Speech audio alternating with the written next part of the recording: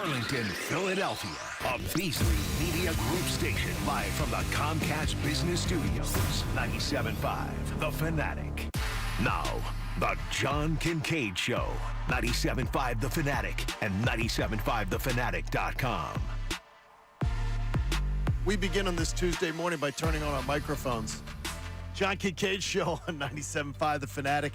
Bradford White Water Heaters are here for the pro. We appreciate Bradford White for hanging out with us in the 6 a.m. hour of the show, getting our day started early. There was a lot of thoughts of south of Philadelphia yesterday. A lot of video, a lot of audio coming out of Clearwater, Florida. And for those of you who've never been to Clearwater, Florida, it is a wonderful spot. I know that Bob and Pat got to go to Clearwater last fall with Philly sports trips, and even though it was a football trip, it is a glorious spot. And they had to close an ice cream place after Pat left due to lack of business. Due to lack of product. They had plenty of business. you wore them out. You absolutely took care of them. A lot of baseball talk. And I'm going to tell you one of the topics that was being bandied about yesterday was driving me absolutely nuts. The idea that Bryce Harper's behind a microphone. And Bryce Harper is telling the fans, and speaking to the media and getting the word out. I want to be here a long time. Okay? Bryce Harper signed a 13-year no-trade contract. He's served 5 years of the 13 years. And he decides that it's important to say, obviously, I want to be here a long time. Yes, Bryce, that's why you signed a 13-year contract. Can we let it breathe a little bit? Bryce Harper, after coming off the last 2 years where he has just been outstanding, but it is important to note, he's missed 99 games the last 2 seasons. I don't know why, with 8 years remaining on a 13-year contract, that it would be imperative for Bryce Harper to be spinning a narrative of, I want to be here a long time. You will be here a long time. In fact, the Phillies couldn't move you for 8 full seasons unless you wanted to leave. So if you want to be here a long time, Bryce, that's already covered. It's done, covered. But you have missed 2 months on average of the last 2 seasons. And I can only wonder at the age of 35, as you start getting dinged up and everything, how you're going to be in condition. And by that time, we're still going to have 3 years left on this contract. There'll still be 3 more years that you're guaranteed to be here for a long time. He's an amazing player, a tremendous talent. He's been great for the organization. But that was the idea of the 13-year contract. I have no idea why, at the age of just starting out, you're at 30, you're trying to extend a contract that has 8 years to go. And I would say absolutely, in any sport, that's bad business because it makes no sense. Because if you're missing 99 games over 2 seasons and you're still in 20s, I don't know what you're going to be at 35, and I certainly don't know what you're going to be at 38.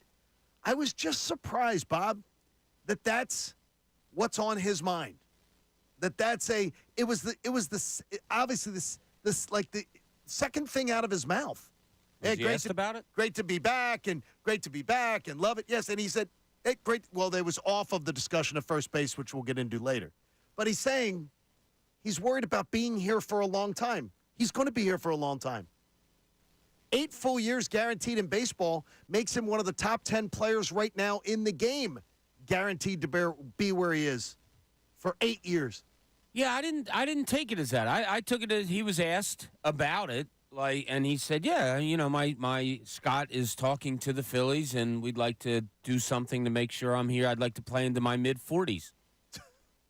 I was just like, all right, whatever. I don't think it's foremost on his mind. I don't think it's a power struggle here, like, I need more money or I need more years. I think he was asked about it, and he's like, yeah, I want to play into my 40s. So the 13 years is cool. I want even longer. I want to be here in Philadelphia. I love Philadelphia. I looked at it. I really didn't.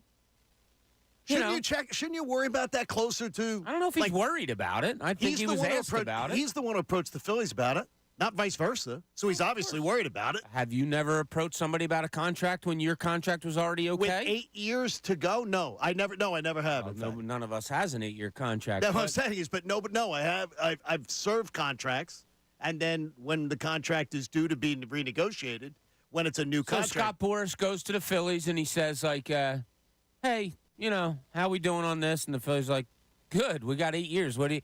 And if you hear Dombrowski talk about it, he's like, "Yeah, we're okay. I mean, he's got 8 years, and we love Bryce, and he loves us, and if something needs to be approached, it'll be approached. But we're okay." Nobody's going to be. But why was it? He approached the Phillies about it, and the agent works for the player.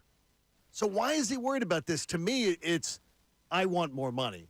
I want a renegotiation of the deal that I've signed. That's the only logical explanation. Because Bryce Harper, if he does stay here another 8 years, he is going to be one of the most legendary Phillies of all time. He is going to be absolutely. He'll be beloved in this town. They're not going to kick him out the door unless. What if missing 50 games a year, 60 games a year becomes the norm, and they don't want to extend him past 38? It's a dream to work into your mid-40s, but when you're missing that many games in your 20s, how many are you going to miss when you're in your 40s or when you're in your late 30s? At that point, good for you picking this up, going with it, whatever. I don't see this as being a story whatsoever. I really don't. Like, he's got 8 years left. Phillies can say, we'll talk down the road. I don't know why he brought it up. I don't know why his agent brought it up. I have no idea. He approached the Phillies less than 3 weeks after the season. Last season. But why? 8 years to go. Pat, I mean, you want him here long term. I think everybody in town wants him here long term. I think 8 years is long term. It is. I don't know why you're upset. Like, there wasn't a contract extension. He was asked about it. He answered the question. Like, why is he? The only contract extension that is even on my mind is Zack Wheeler. That is the big one. That is it. That's the only one that I expect to get signed. Because as you laid it out, 8 years, you're not signing an extension. You're not. Nobody would do that. I don't expect anyone to do that. I think this was a ploy by Scott Boras because he looked around and said, crap, I have one of the best players in baseball under my armada, and he's getting $25 million. And that's probably killing some of my other business because when I go to the negotiating table, teams go, well, Bryce Harper's only getting $25 million. So maybe I can get a raise for him. He's not going to complain about a raise. Maybe I get a raise for him. And then, it's a win-win situation for all sides. But I don't give a damn what he says. I mean, he's got 8 years left, so I'm not even thinking about a contract extension.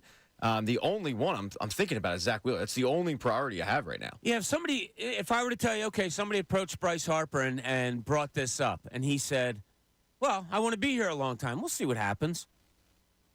Where does that push you to? Oh, my God, I can't believe it. Or does it push you to, all right, cool, next subject? Because that's what he said. He said, I want to be here a long time. We'll see what happens. That's exactly what he said.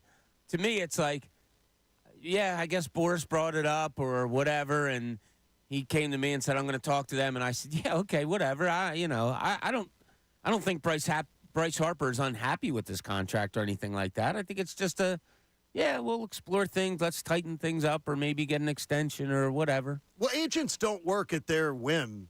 Scott Boras goes to him at some point. Sometimes, trust me, agents go there and say, you know what? I'm going to talk to the team about getting you some more money.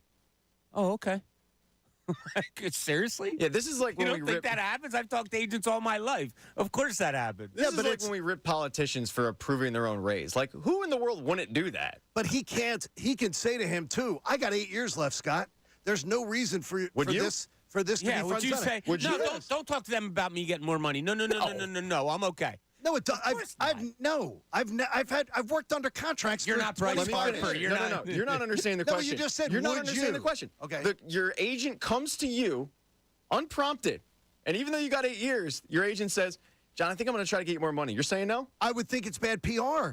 It doesn't matter about the PR. Would you say no? No, I would have because I think You would it's say bad. no to more money? Because it doesn't. It's not. There's don't no believe need you. for it. Well, you're wrong. I 'cause don't think anybody in their right mind would say, "No, I'm good." I've never once put my name to anything in my life and not honored it. That's not saying he's not honoring he's it. not honoring it. He's not honoring it. No, but it's if you sign it, that's what you agree to. Okay, and if you That's sign it. it, and then your agent says, you know what, we can even do better than that. I'm not going to say no. I want to be here a long time. You got 8 years. You got Okay, 8 so years he wants to be here. here even longer.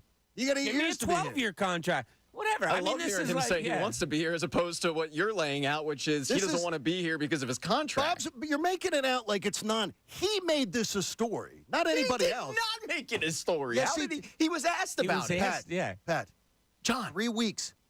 Well, stop screeching over me. No, and let me because get- no, I'm not going to. This is ridiculous. This is. Pat, John, it's ridiculous. You're right out of losing the NLCS. You are barely out of the World Series. And the Phillies are getting approached about an extension with Bryce Harper. and you That is, so who made that a story? You keep sitting there and saying that it's Bryce Harper going to the Phillies. It's not. It's not. It's his agent. Bryce Harper didn't call up and say, Pat, get me more money. Let me assure you that if Bryce Harper said, do not go, he doesn't go. So don't give me that. That's ridiculous. No, don't give me that you'll sit here like everybody else in the world, like this is ridiculous. And when the agent goes to you and says, even though you got 8 more years, we're going to get you more money, that we're all going to sit here and say, no. That's ridiculous. No, it's Everybody not. Yes, it this is. is. You could easily say this is bad timing. This isn't the time to do it. And more importantly, the whole idea of want to be here a long time. I'm more concerned about 99 games over the last 2 years. This contract could end up being bad by 35, 36. Now, if they win a World Series, I think Bryce Harper's already given you enough. If he gives you another 2 or 3 years like he has the last 2, they're never going to regret a dime that they spent on him. Not a cent. But this contract still has a chance with 8 years to go, has a chance to go very bad. Here's a quote from Harper. I haven't really thought too much about that. I want to be here for a long time, playing into my 40s. I mean, that's the biggest thing for me. So I just want to get that done. I don't think it's a big deal at all. So you have closeout meetings, and I've been around a lot of teams. Closeout meetings. They close out with the players. They Like close last out day, with the you're agent. saying like Yeah. last day of the year. Last couple weeks of the year. You talk to all the players. You get things settled. You talk to their agents. Everything okay? Where are we at? Scott Boras says, at the end of last year, well, we got 8 years left. Yeah, but let's make it 13. Let's make it 14. Well, we'll approach that. We got that, there's still time to come. Hey, Scott, how did the closeout meeting go with you? Well, I told him we want some more years. Okay, whatever. I'll talk to you. What do you think the reaction was if you were just to say, like, not publicly, behind closed doors by Phillies brass about that? That they just brush it off and say, sort of like Pat's saying, is like, yeah, I got to worry about Zack Wheeler. I got to worry about there are other priorities that I'm worried about. Well, they don't blow it off like that because he's your franchise player. It's more of a, oh, okay, all right, I hear you. We can talk about that at some point. Sure, no problem. I don't think he'd blow anybody. You certainly don't say to Scott Boras, yeah, no, I have bigger problems on my. No, you don't say something like that. You say, we can readdress it. Sure, no problem. Do you believe that there is a chance that down the line, if they didn't visit this discussion, that it could piss off Harper? I don't know. If he ends up being the 25th, if he ends up being the 40th, 50th highest paid player in baseball because of the deal he signed, and Pat said it that the day he signed it, you were like, it's a bargain because it'll end up being a bargain. Yeah, it was a bargain a year afterwards. I mean, honestly, it is now in the new economics of baseball. It is a bargain. Do you think there's a time that it could be, I'm pissed off, I'm Bryce Harper, and I'm pissed off? I don't get that sense from him. I don't think pissed off. I think it's kind of like, hey, I've been one of the best players in baseball. How about if we up it? And it would shock me more than anything if the Phillies said, no, we signed you to this deal. We're going to stick to it. No, I mean, I think we all assume that. I think we even talked about it, that years down the road, they'll give him more money because that contract that they originally signed turned out to be a bargain. He's one of the top players in baseball. They'll pay him as such, and that'll probably be approached in the next couple of years. You think they extend it, or do you think that they just add to the years? Yeah, somehow or another it'll be taken care of. I don't think Bryce Harper's sitting there worrying about, oh my God, I'm only making $300 million over this contract. Like, what the hell? I need more. I don't think it's a worrisome thing or it's a pissed off Well, thing. then it could I think be. it was an approach, that Boris took, and it's just a subject. Like Harper said, I'm not really worried about it. I haven't Well, I thought wouldn't about think he it has too a much. worry in the world. I mean, when you have 8 years left in your contract, I wouldn't think there shouldn't be a concern in the world about this. Now it's the idea of getting Zack Wheeler done, and we're going to get into that Zack Wheeler discussion. And obviously, I think the mood around the commentary around the Zack Wheeler extension, though, would make Pat smile because it seems like there is positivity towards that. Yeah, all I've heard is positivity. Yeah, that something's going to get done. There's no acrimony here on the Zack Wheeler thing. It looks like there's no discussion of talks breaking off or anything like that. The question just being, could it be a short-term extension or could it be a long-term extension? Yeah, I think the last quote I saw from Dombrowski was, yeah, we'll get it done. Like, he's not even concerned about it a little bit. So I think that'll get done soon. I'll say first part of the season it'll be done. I said Maybe even before spring training's out. while you were out the other day, I had a baseball executive say, do not worry at all about Zack Wheeler leaving Philadelphia.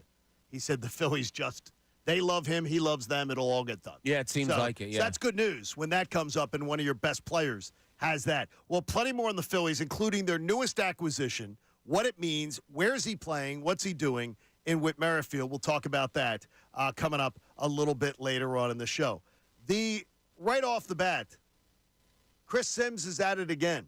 But this year, can he make a better case? John Kincade Show on 97.5 The Fanatic. Fanatic Sports Update. Making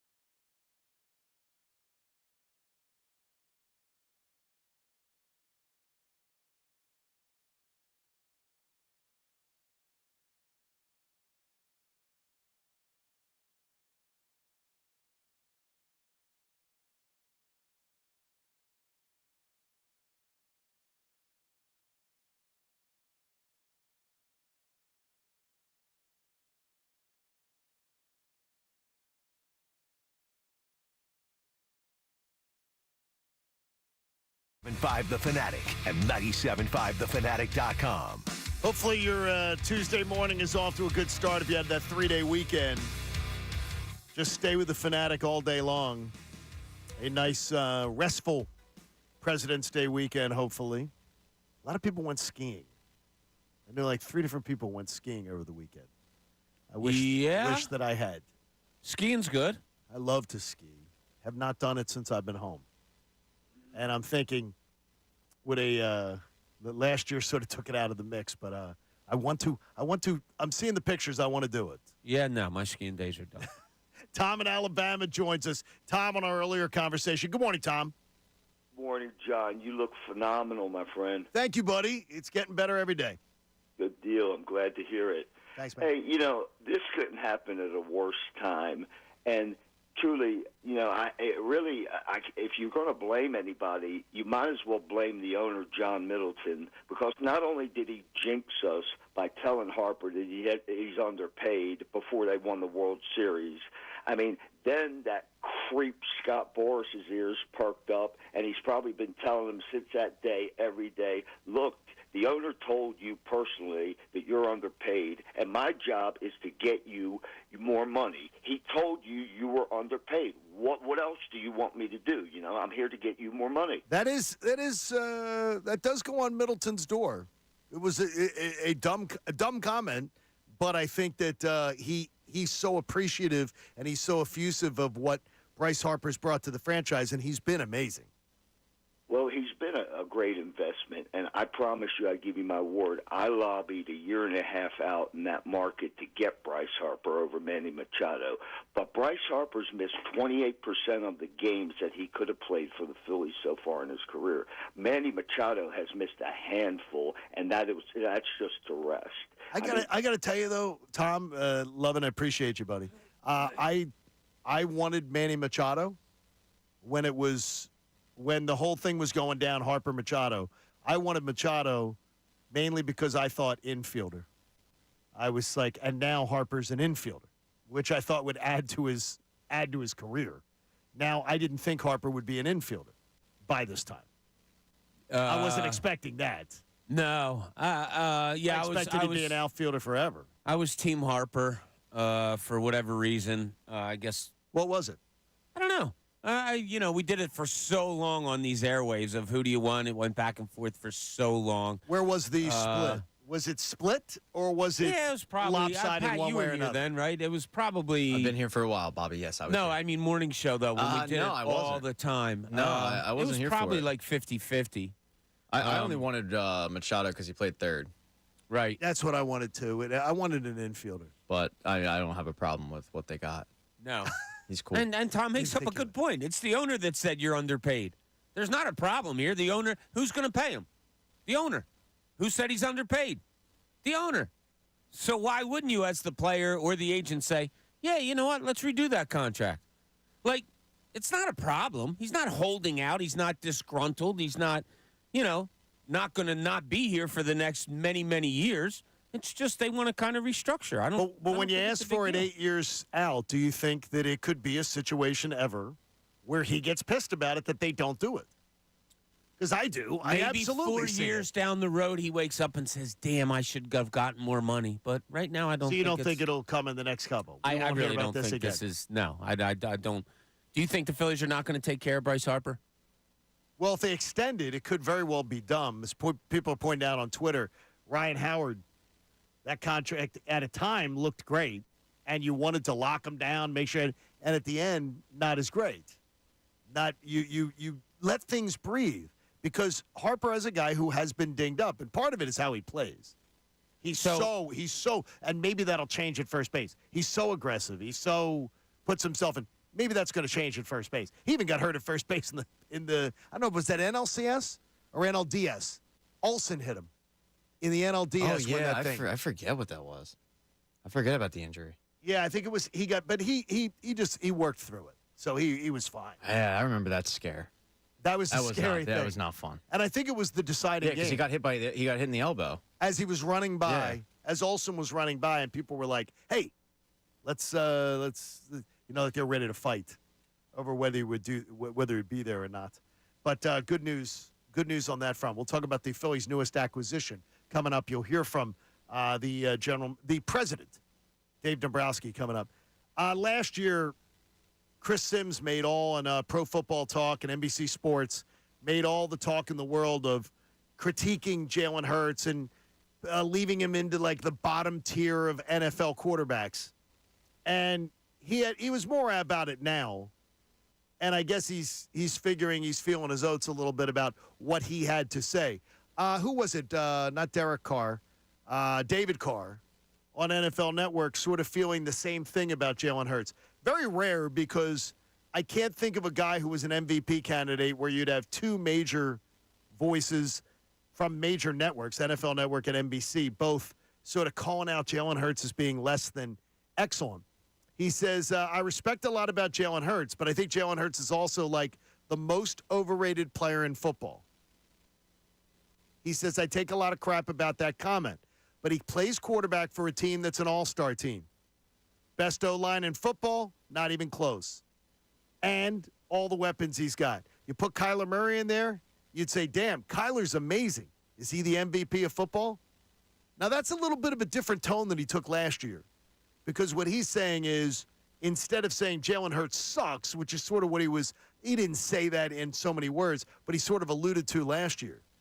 It is incredible to think Jalen has one of the best situations of any quarterback in the NFL. I mean, it is either, it points to, again, that coaching must have been atrocious this year. Because no other quarterback, you could think what Patrick Mahomes just won a Super Bowl with. There isn't anybody who would take what the Chiefs have on offense versus what the Eagles have on offense. Not even close. No, but that's putting Jalen Hurts in a category of Patrick Mahomes. That shouldn't be done. No, it's just of weapons. Is that there's no team, no quarterback has a table set any better for them than Jalen Hurts did. Well, what Sim said is way too extreme, I think. Most overrated. He was rated properly last year or 2 years ago. He was rated as one of the best players in the NFL. He was rated as an MVP candidate because of the year he had. That's how he was rated. I don't think that's overrating because that's what he was that year. Now, to say, is that going to be him for the rest of his career? I don't know that. Maybe that year was an anomaly. Maybe that was the best. How many times have we seen a player go through a career and you say, oh, remember that one year? They were really good that one year. You hope that's not Jalen Hurts if you're a Philadelphia Eagles fan, but maybe it is. I wouldn't go overrated because of the rating he had was proper that one year. It was absolutely proper. If you're going to go around, I don't think anybody's really going around right now saying he's a top 5 quarterback in the NFL. I don't think anybody's going around saying he's definitely a top 10. It's arguable there. He's probably in the better half of quarterbacks in the NFL, if we're being honest. And I think his future still has to play out. I mean, he's got 3 full years under his belt. 3. That's it. 3. That's infancy when you're talking about starting quarterbacks and how you're going to rate them as far as where they compare in the league. Maybe he is more of last year than he was the year before, or maybe last year was an anomaly, or maybe there were some injury problems last year. I don't know. I don't know who Jalen Hurts is yet as a quarterback. I just don't. I mean, you could look at 2 years. 1 year was an MVP candidate type of year, and last year was very mediocre. Is there somewhere in between? Probably. So I don't know where he is as a quarterback to talk definitively to say he's this, he's that. I just don't know yet. If he's not top 10, that's a problem. Honestly, if with all the advantages he's got, he should be able to be an easy selection as top 10. Well, all the advantages he's got. You're talking about Offensive A.J. Brown. line. Okay. But Weaponry. does that make him a top 10 quarterback? I mean, if you're talking offensive line, you got 2 great receivers, a great tight end. You had a running back that was then you should be able to statistically plug, top 7. You should be able, right, exactly. So you should be able to plug anybody in there and they would be really good, right? No, and that's what I'm saying is he should be an easy top 10. I think it's an indictment a bit on how bad that it really turned last year for Jalen Hurts, that people are looking at it around the NFL and saying, I don't even know if he's a top 10 guy because he's not, because he should be. They should walk into that and go, there isn't a quarterback in the NFL who wouldn't take his situation. who wouldn't take his weaponry, his offensive line, and say, "Oh my gosh!" Like I bag on Justin Herbert. That Justin Herbert gets talked about for so many things and really hasn't gotten anything done. But in all honesty, Justin Herbert would kill to have the situation Jalen Hurts has. That's why I love when we do quarterback comparisons. When we were talking about Josh Allen a couple weeks ago, and I said, okay, put Josh Allen in with this offense. He'd probably be great here. I don't know. I just don't know what Jalen Hurts. He had a great 2022. It was amazing. Okay, that's how you had to rate him. He had a great year. This whole rating and where do they stand and where is he going to be? That stuff is okay.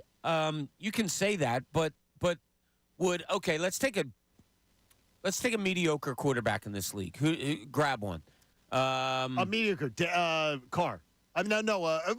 He's a good one. Put him on this offense. Is he not going to become better as a quarterback in this league with this offense? Distinctly. Like you talk about I would believe he would be distinctly better. Yeah, you talk about a Patrick Mahomes. Patrick Mahomes is at a level by himself. Put him with any offense, and he's going to be great. I don't know if can you say that about a Jalen Hurts?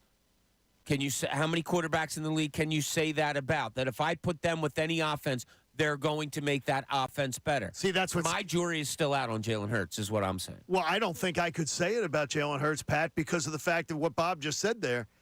He didn't do it with all the weapons in the world and all the best offensive situation, arguably, the surrounding cast that any quarterback had last year. And I'm still all in on Jalen Hurts, but it does make it a bit more disappointing what we saw last year. It does. It's kind of frustrating that what Bob said is correct. Like, we don't really know what version of Jalen Hurts we're going to get and who he is as a quarterback.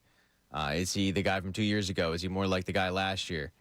I wanted to get really faux outraged over what Chris Sims said, and I do think he took it a little too far by saying he's the most overrated.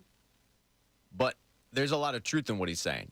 We've talked about the loaded offense and how you've got a great tight end, two amazing wide receivers, and the best offensive line. And your run game last year didn't miss a beat when you had DeAndre Swift. Like, he really did have it all. And you talk about Justin Herbert, and that offense is great. You've got really, really good wide receivers in that offense, and you've got a good running back. And it's still you trade them. You trade the Chargers offense for the Eagles. So he's in a good situation where he has all the weapons at his disposal, and he's got all the things that will make him a top 5 quarterback. They should. You're talking top 10. I'm looking at top 5. I'm looking at if you should be a top 5 quarterback in this offense. With what you've got to do. Yeah. I think you should be.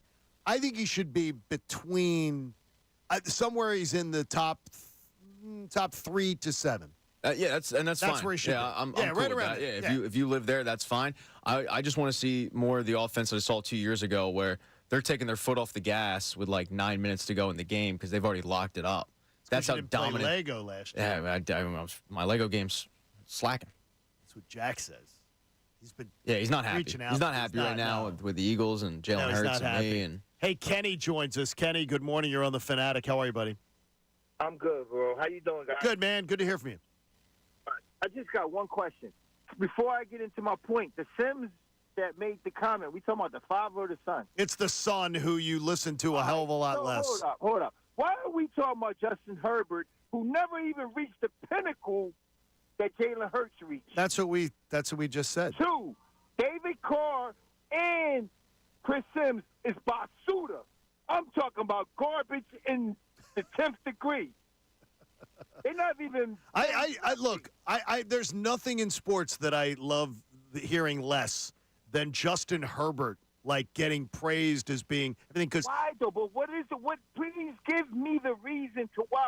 What is it? Because he's white. He got a good arm. Who are we talking about? We didn't bring up Justin Herbert, really. We critique Justin Herbert. It's I'm just saying. Why do guys but the NFL praise Justin Herbert? They got him top 5. You didn't say. My man did the same exact career. His thing mirrors Jalen Hurts, the guy from Cincinnati. Who, Joe Burrow?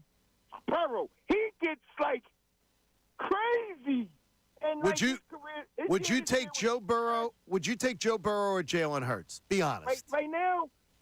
Come on. Right now? Nah, I take Justin Hurts. I take my man because he got something that Burrow doesn't. He has that running aspect. That's Really? the best one. That's what got us to the Super Bowl. I'd take Burrow. I take Burrow, and Yeah, I and like that's and I just- like Hurts. And That's I just like based Hurts. on their offensive line. I mean, the Cincinnati's offensive line is so bad. Yes. They've gotten Burrow killed that I think if you put Burrow behind this offensive line, it's lights out. Can I ask you a question? You'll Yes, sir. take Herbert too over Justin. No, You'll take Herbert. no, I would not take Herbert. I would take but I would absolutely. I can't argue with Herbert. I can't argue. I would take Burrow. Yeah. So cool he's a good quarterback. I don't want to come off like he's not. He's a great quarterback. You and I, Kenny, you and I are on the same page. Kenny, about would you take Herbert. Tommy DeVito over Jalen Hurts?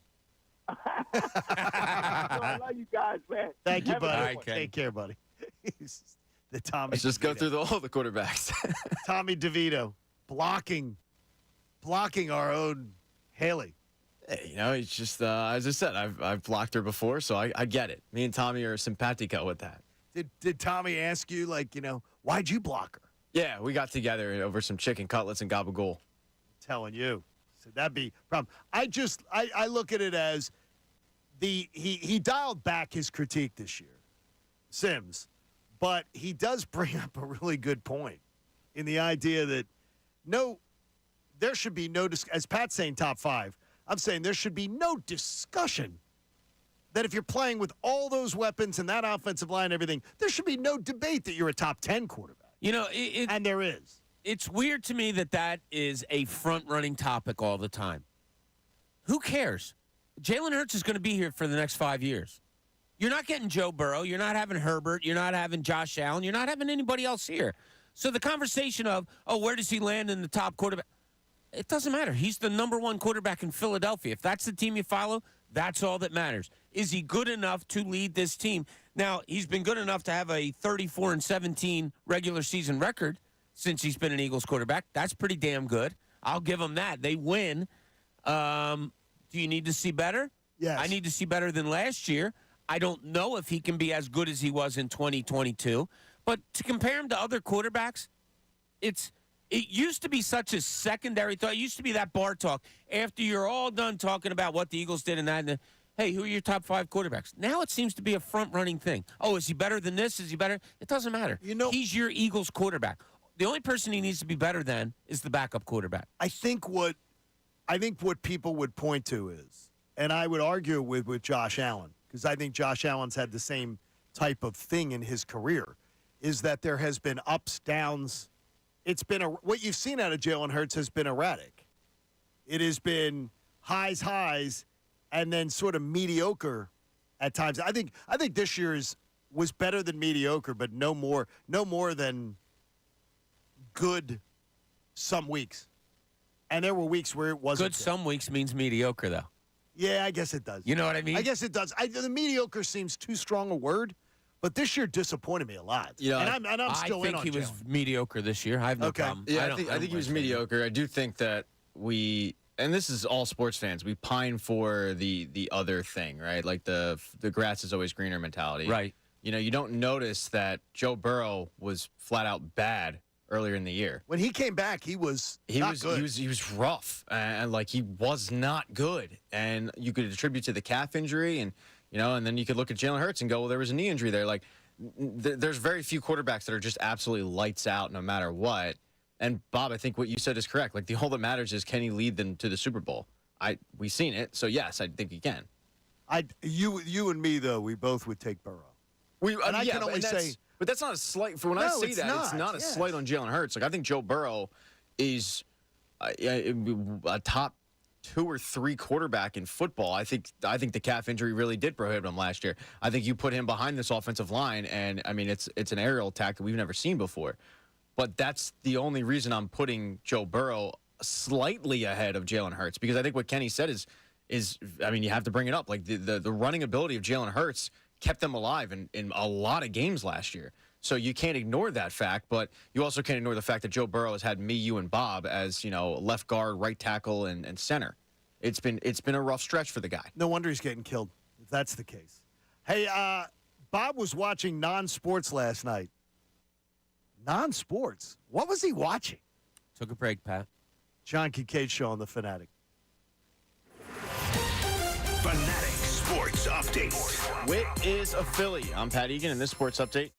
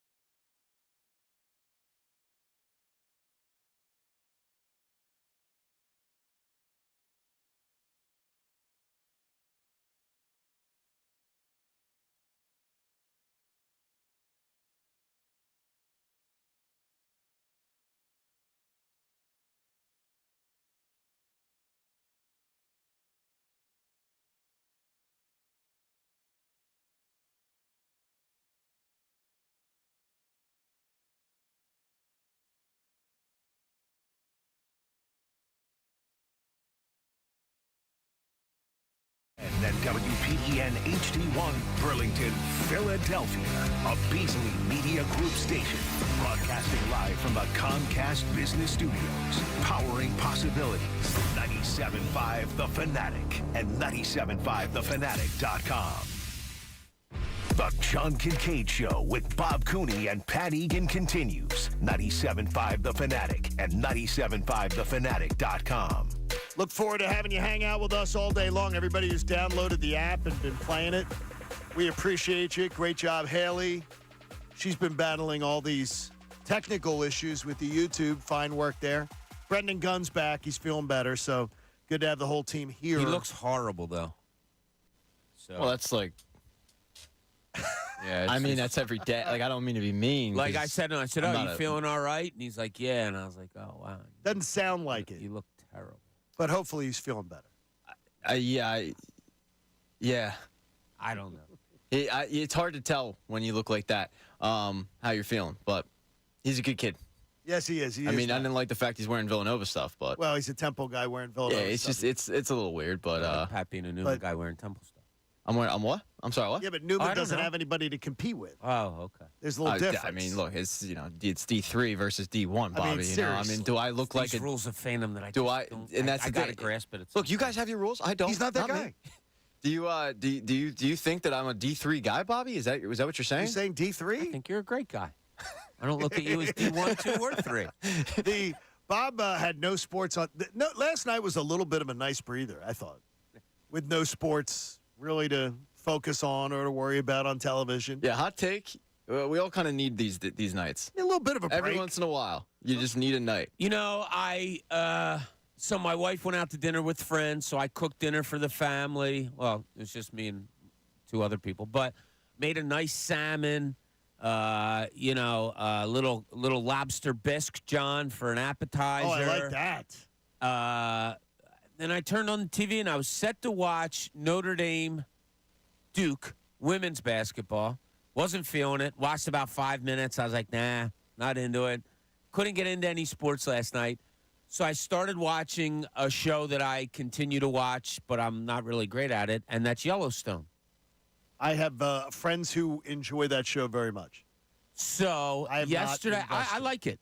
So yesterday, it's a little over dramatic, but I like it. It's like Dallas back in the day, like something like that. I never watched Dallas. But it's a soap opera. It's a soap opera. I guess. I mean, I guess any continuous show is a soap opera, right? Exactly.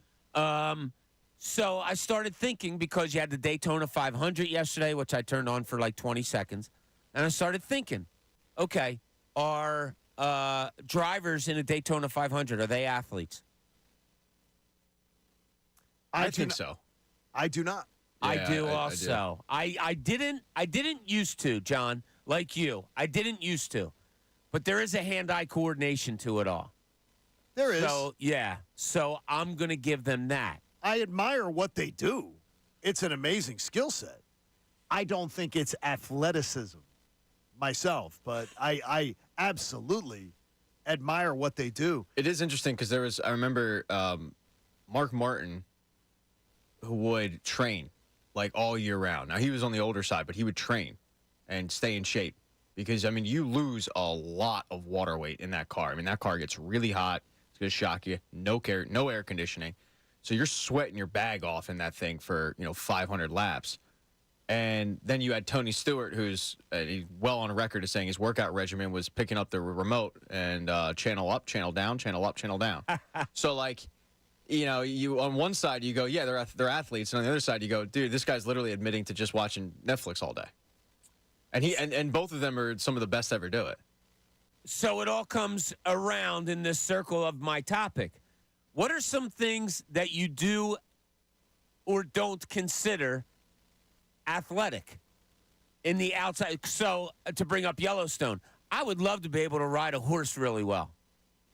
I think that's athleticism, to control something that weighs 1,200 pounds that's running so fast, be able to stop it on a dime, turn on a dime, whatever.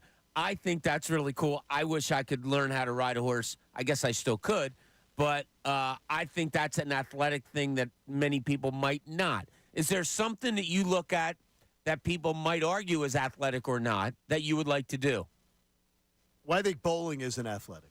Isn't? No. You don't think bowling's athletic? No. I go bowling, man. I'm sore for like 3 days. No, but I mean, I can watch a 98-year-old woman bowl. My mom had a bowling league in her building in Drexel Line.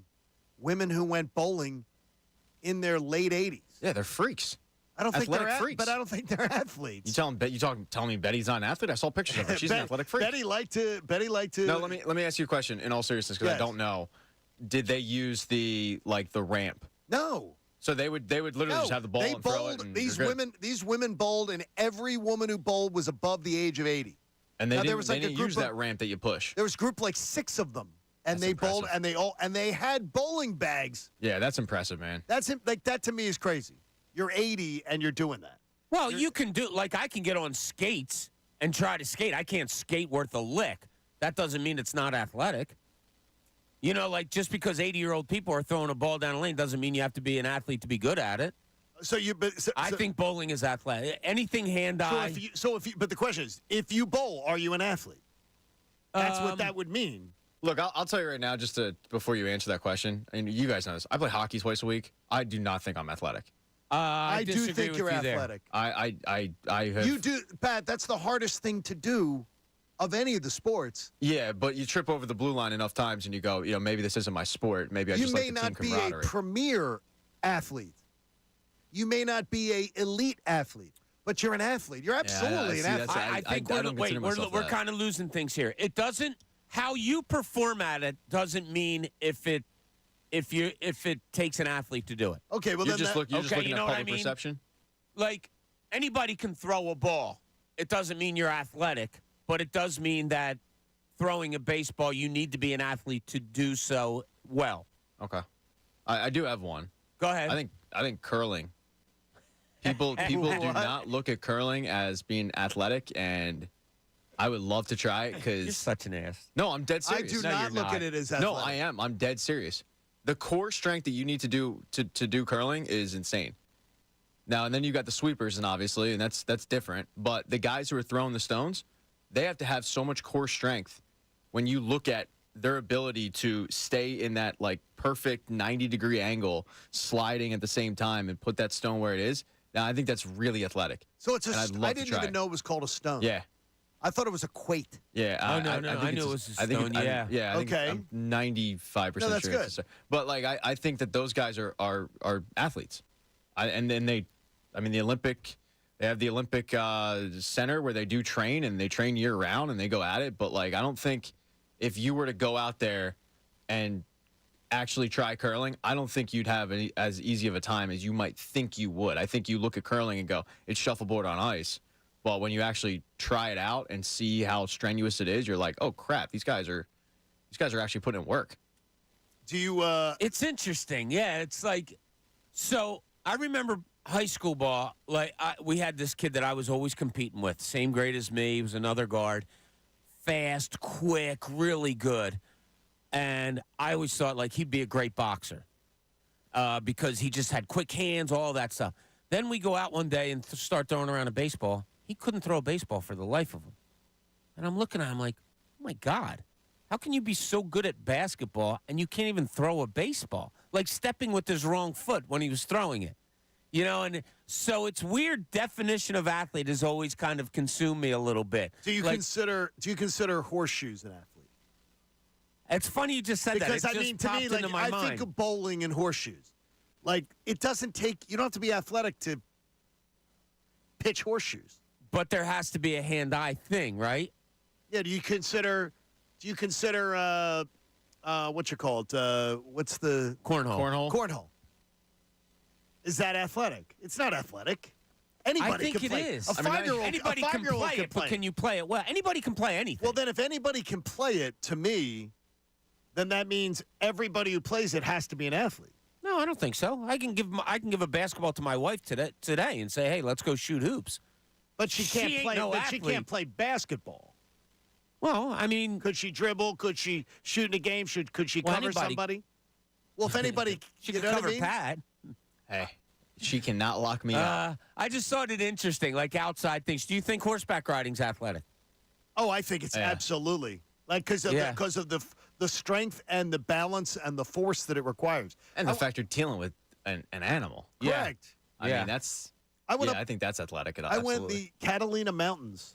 Wait, you went to the Catalina wine mixer? No, Catalina. You went to the effing Catalina wine mixer. The Catalina Mountains in near Tucson, I guess it is, and we were out for college nationals with Westchester, and we went horseback riding, and they took us up, and the horses would trot, not run, right? Trot, right. And I would say it was one of the scarier things I've ever done.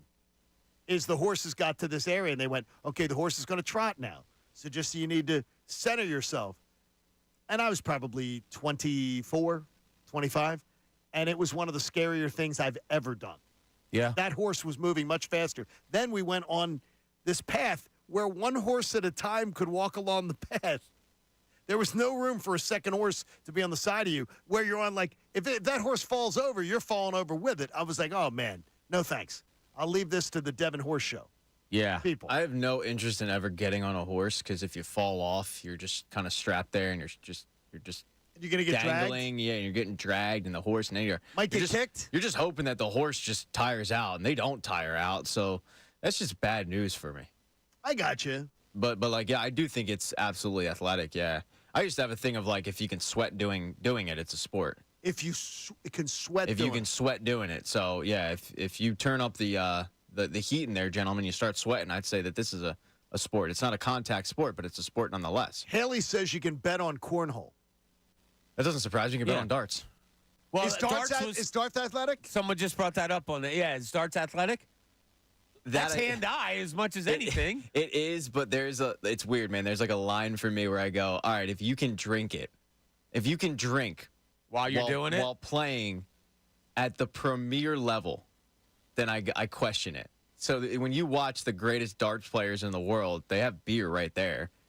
Now, I know that people will obviously drink on a golf course. That's like half the reason people go. But you're not going to see Tiger Woods in like the Masters drinking during the tournament. So I think we should. And well, that he would be may need it now. I would love if you could have like a drunk tournament, but that I question darts just because of the ability of like, they're just open to. Is shuffleboard? Is yeah. I mean, like you can specialize yourself in something. Yeah. But I don't think that makes you an athlete just because it's a sport. Like, if I have a guy that can throw darts better than anybody, and then you try to have him do something else athletic and he can do nothing else, I don't know if I'd consider him or her an athlete. Well, there's been the age-old debate. Age-old. I mean, it's probably 10 years at this point, so it's not really old. But video games, if those guys are athletes, the esports players. Yeah. No. I mean, look, the hand-eye coordination that they have to master and maneuver is impressive. But to your point, I don't think they're probably locking up anybody on D. I don't want to tangle with them in a virtual arena, but most of them I see, I go, all right, What sport, when you're watching somebody play, do you think shows you the most how good of an athlete they are? Hockey, not even close. Not even close to me. Is that the ability, the balance, the speed, the finesse that's required. And to me, that shows you, and the physicality of it. It's the most physical of the pro sports, except, I mean, you in football, you could have your matchup with one guy that can physically manhandle you. In hockey, trying to get up the ice, you could have 3-4 guys. I don't think it's more physical than football.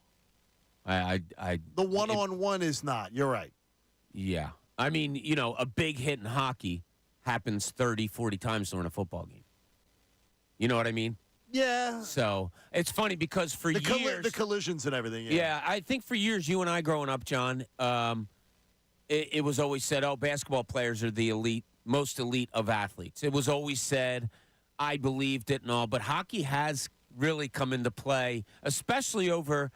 It was funny when we had Joe Watson on, a guy who played hockey long time ago, and he looks at the players today and goes, oh, my God, it's such a different game. When we were growing up, hockey wasn't the way it is now. No. I mean, not even close. No. Much more physical. Yeah, hockey is crazy athletic. Pat, do you think hockey players show the most athleticism when they're playing of all the sports? I'm biased. I lean towards yes, and then I look at baseball and football players and how many of those guys get drafted in multiple sports, and you don't usually see that with hockey. You don't usually see hockey players get drafted in multiple sports because they probably just focus on hockey. Now, and there's been a couple. Obviously, Tom Glavine was drafted by the Kings in the 4th round. Right. Jeremy Roenick was about to be a walk-on at Boston College as a kicker. So, like, there have been a couple of instances, and the hockey players are usually really, really good soccer players. But then you've got baseball and football where, and especially football, routinely you will see top-level athletes get drafted by baseball teams. And that, to me, I go, like, if you're looking for just athleticism and an athlete, it's hard to say, okay, you can't choose them when they're getting drafted professionally by 2 different leagues. Tony Gwynn getting drafted by the Clippers and the Padres on the same day is nuts. Jim Brown could have went pro in about 3 different leagues. Yeah. Dave Winfield, like the list goes on. And look up Bo Jackson, Deion Yeah, Sanders. but then look up, Patrick Mahomes was drafted by the Tigers in like the 38th round. Yeah. You look up some of these guys that you look at now as top level athletes. Most of them were drafted because they played baseball, and a lot of them think they help. So I go, like, yeah, probably hockey is really difficult, but athleticism, and the football players, it's really athletic. I wonder if hockey, and you know better than you both know better than me on this one. You don't see hockey players, or you don't hear of hockey players being, he was also all-state in football or basketball or anything like that. Well, Glavine's one. Is it Tom Glavine was drafted by the Kings. Keandre Miller of the Rangers Keandre played, Miller. I think, in a state title for football, and he was a really good athlete. Is it because, though, hockey, you have to be on the ice constantly? Plus, it's football. You know what I mean? It corresponds with too many seasons, too. Where, like, if you're an elite hockey player, you can't play football. Well, Yeah, that's you're in kinda any playing all sport year now, round. right? You know what I mean? Is that, That's and, what they sucks want about. to, and they want to keep. But I know a lot of kids, like a few of my friends, their kids played baseball and football, or basketball and football.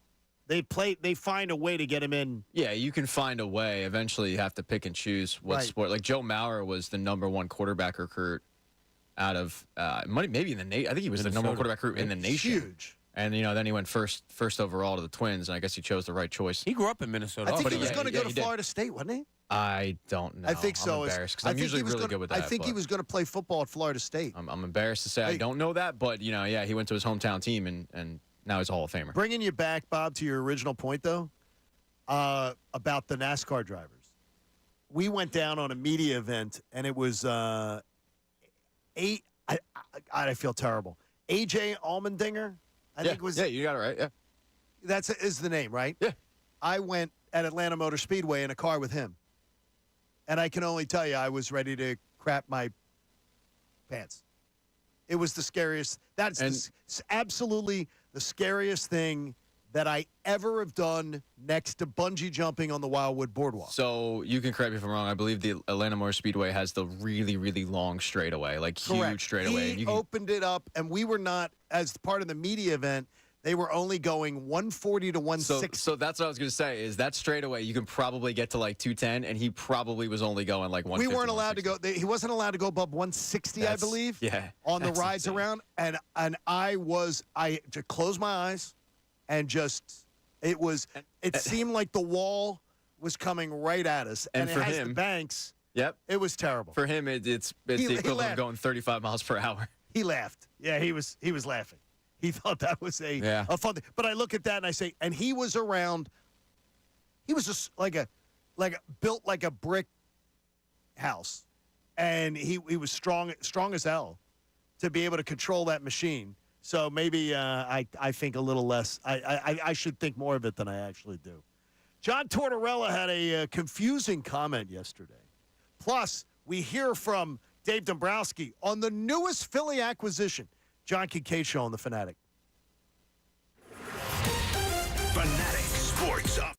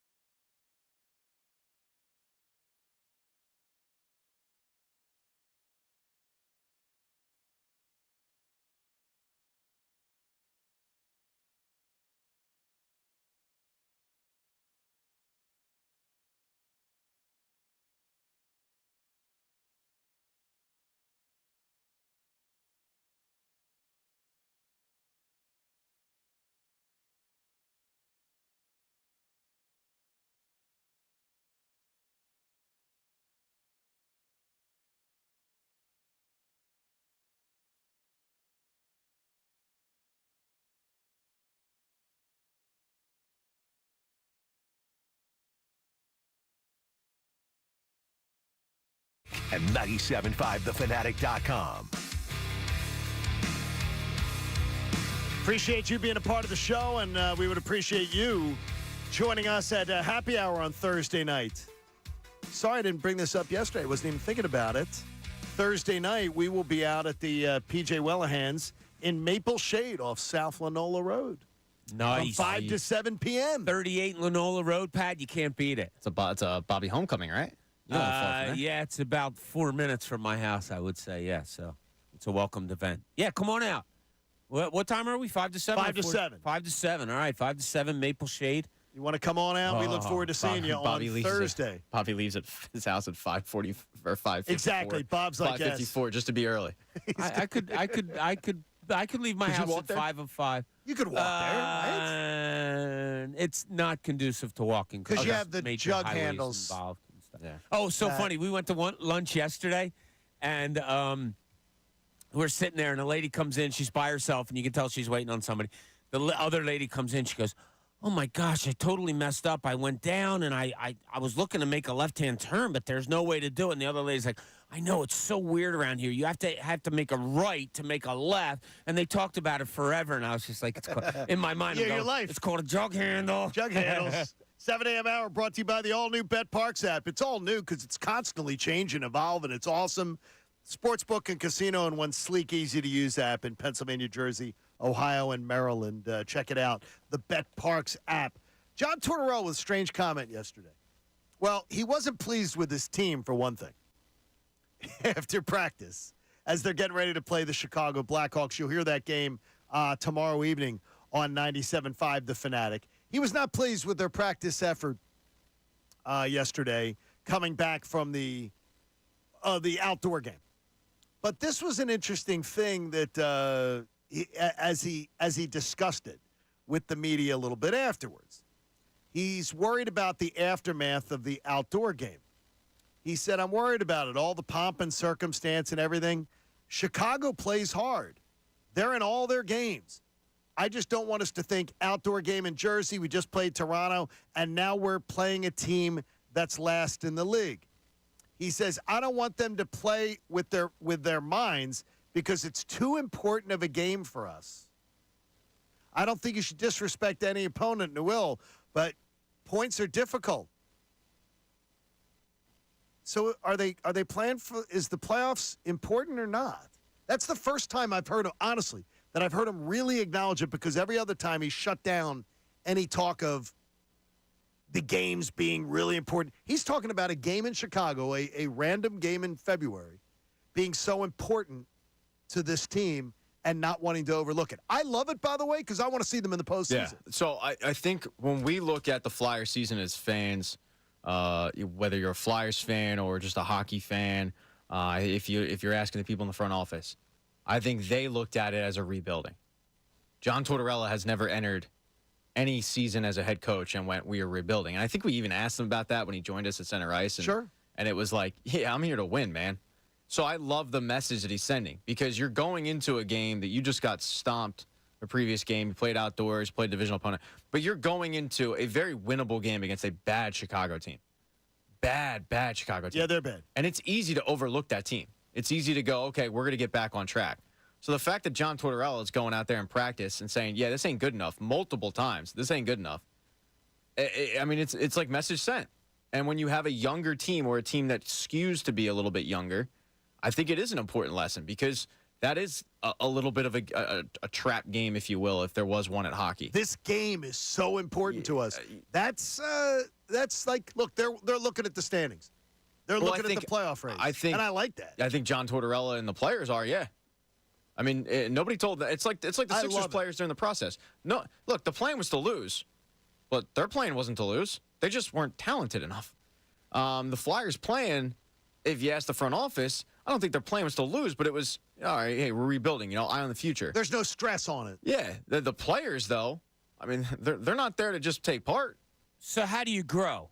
Like, that's the question of the season. How do you grow? He's looking to build a foundation for the future. It's not about the here and now. All right, looking to grow means also we had an event, an outdoor event. How did these young guys respond to it? They didn't play well.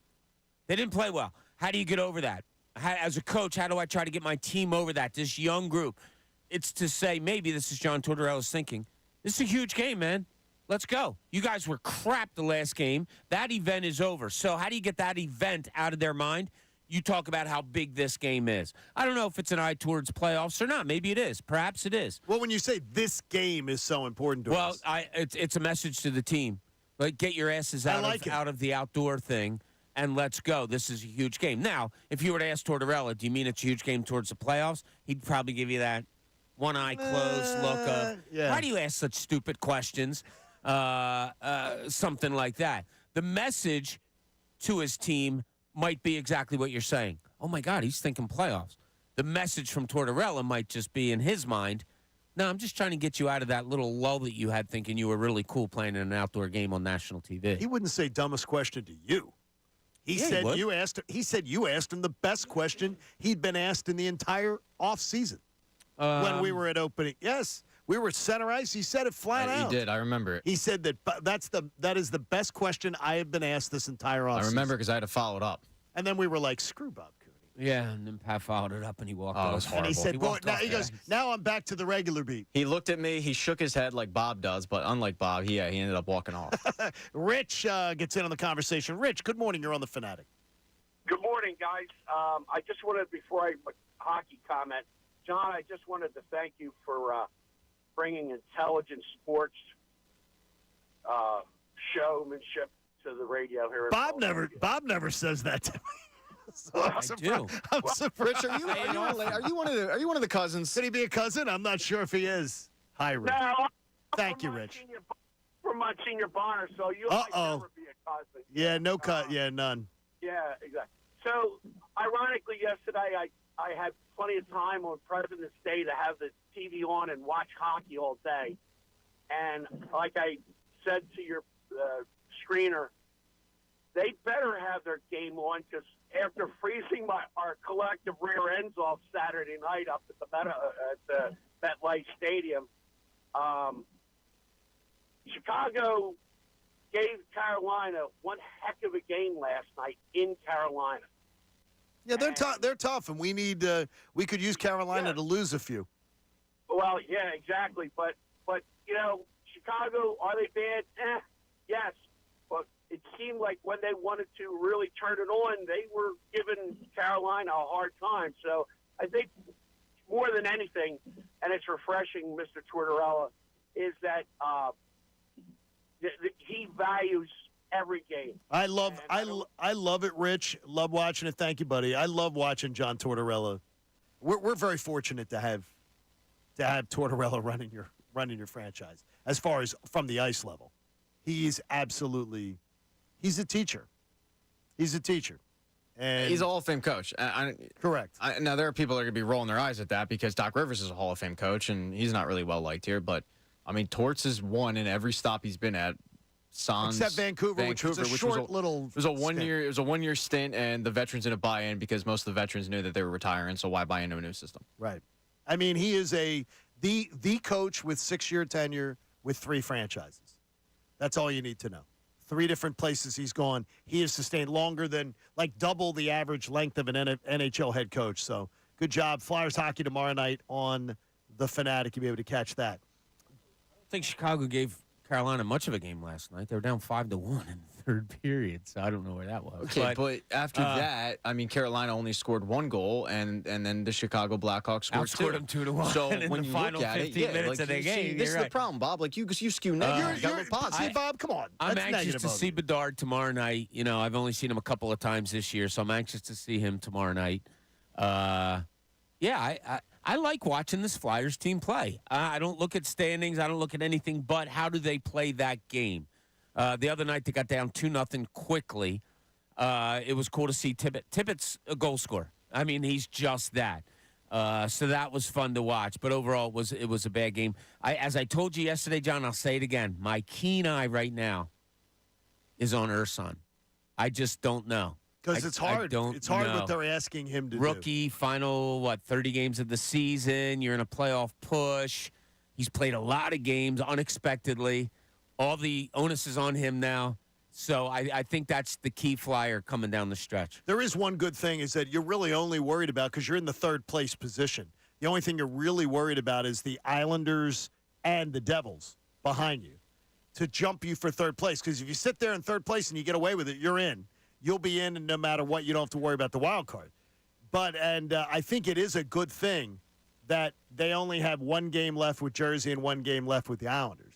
Both of those will be at home, and both of them will come in the last 7 games of the season. So if you ended up in a situation where you had a really critical game, you have to beat the Devils, you have to beat the Islanders, it's going to be at home. So big weekend, too. 2 weekend games this weekend. Rangers on Saturday at home, and then at Pittsburgh Sunday afternoon. I love the Sunday afternoon hockey game. Like at 3 o'clock? Yeah, like, outside that's of football fantastic. season. Love it. When football season's over, the 3 o'clock game is great. So Sunday you play Pittsburgh, and on Saturday you play the Rangers, so it'll be good to be able to I catch might be it. going out Saturday to that Flyers game. That'd be worthwhile. Yeah, I might have to. I got some venture tickets out. on me, so I might be heading over. That's a good sports day, man, because you got the Flyers at 3 o'clock, and then you got the Union starting their season. And Union at starts 7:30. That's a solid sports day. It is. And gets you dreaming of better days. Yeah, better. Well, but you mean Better you said, weather, Oh God, more that's important games. Because I think when the Union season starts, I think better weather. But the Union last year, I swear to you, the Union every time they played, it either poured rain or it was crappy weather. Did we go to a game that was? Did we go to a game that was really cold? A Union game altogether? I didn't. No, I have. There was a match last year that was really, really cold early, like 30 degrees at 28 degrees at kick. They got to shorten that season. That's not fun. It's a really long one. Hopefully, we'll catch up to Jim Curtin later on this week as the Union gets ready to get their season going. Dave Dombrowski, or what was it? It's Dombo? Is that Bryce Harper? Yeah. Bryce Harper, Dombo. What do you say, I Dumbo? won't call him Dombo. I think that'd be disrespectful. But Dave Dombrowski was speaking to the media, doing one of those State of the Union addresses, talking about what's going on with the Phillies. And all the talk seemed to revolve around the newest acquisition of Whit Merrifield, a utility player. That was the move that was made, and so media was getting the first time to ask about it. And one of the things that Dave Dombrowski wanted everybody to know was they liked him, but he had to accept coming here and this role. He is somebody we've had our eye on for, I guess, an extended period, but we were concerned at first that would he accept the type of role we'd have on the club? That was the first thing. The second thing, really earlier in the winter time, they were looking for a multi-year deal at that time. We weren't prepared to give that type of contract. And then I would say over the last about week is when it really picked up. We went back and forth, and then we were able to finally come to the meeting. But he was always a name that appealed to us, but just didn't know if the circumstances were going to work. I could understand why he appealed to them. You know, three-time All-Star or two-time All-Star? Three-time All-Star. Three-time All-Star last year. Okay, three-time All-Star. Versatile as far as the amount of positions he can play. A reliable defensive player. A guy that gives you the right-handed bat coming off the bench if you need it that way for positions where you have left-handed bats in the lineup. That's great versatility. And a guy, he's got to be thirsty to win. That's what he said. Yeah, I want to win. Career. Yeah, you play Kansas your career. City, Toronto. Yeah, right. You're trying to win. Now the question is though, how much time is he going to get, and where's he going to be playing? And Dave Dombrowski was talking about the fact is it could center on the development of this player. In one scenario, if you said Rojas does make the club and Marsh plays left and Stott plays second, and both of them we think will continue to grow. Stott hit left-hand pitching very well. Marsh continues to grow versus a real tough left-hander. Well, Merrifield's two best positions are second base and left field, so he could spell either one of those two. But he could also go to third. He could also go to short. He can play first.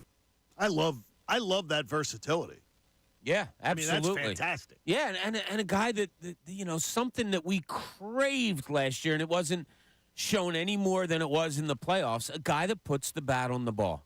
He's not swinging and missing. He's not swinging at wild pitches. He's moving runners over. He sees pitches. Yeah, he's a good major league hitter. Here's where I'm creeped out.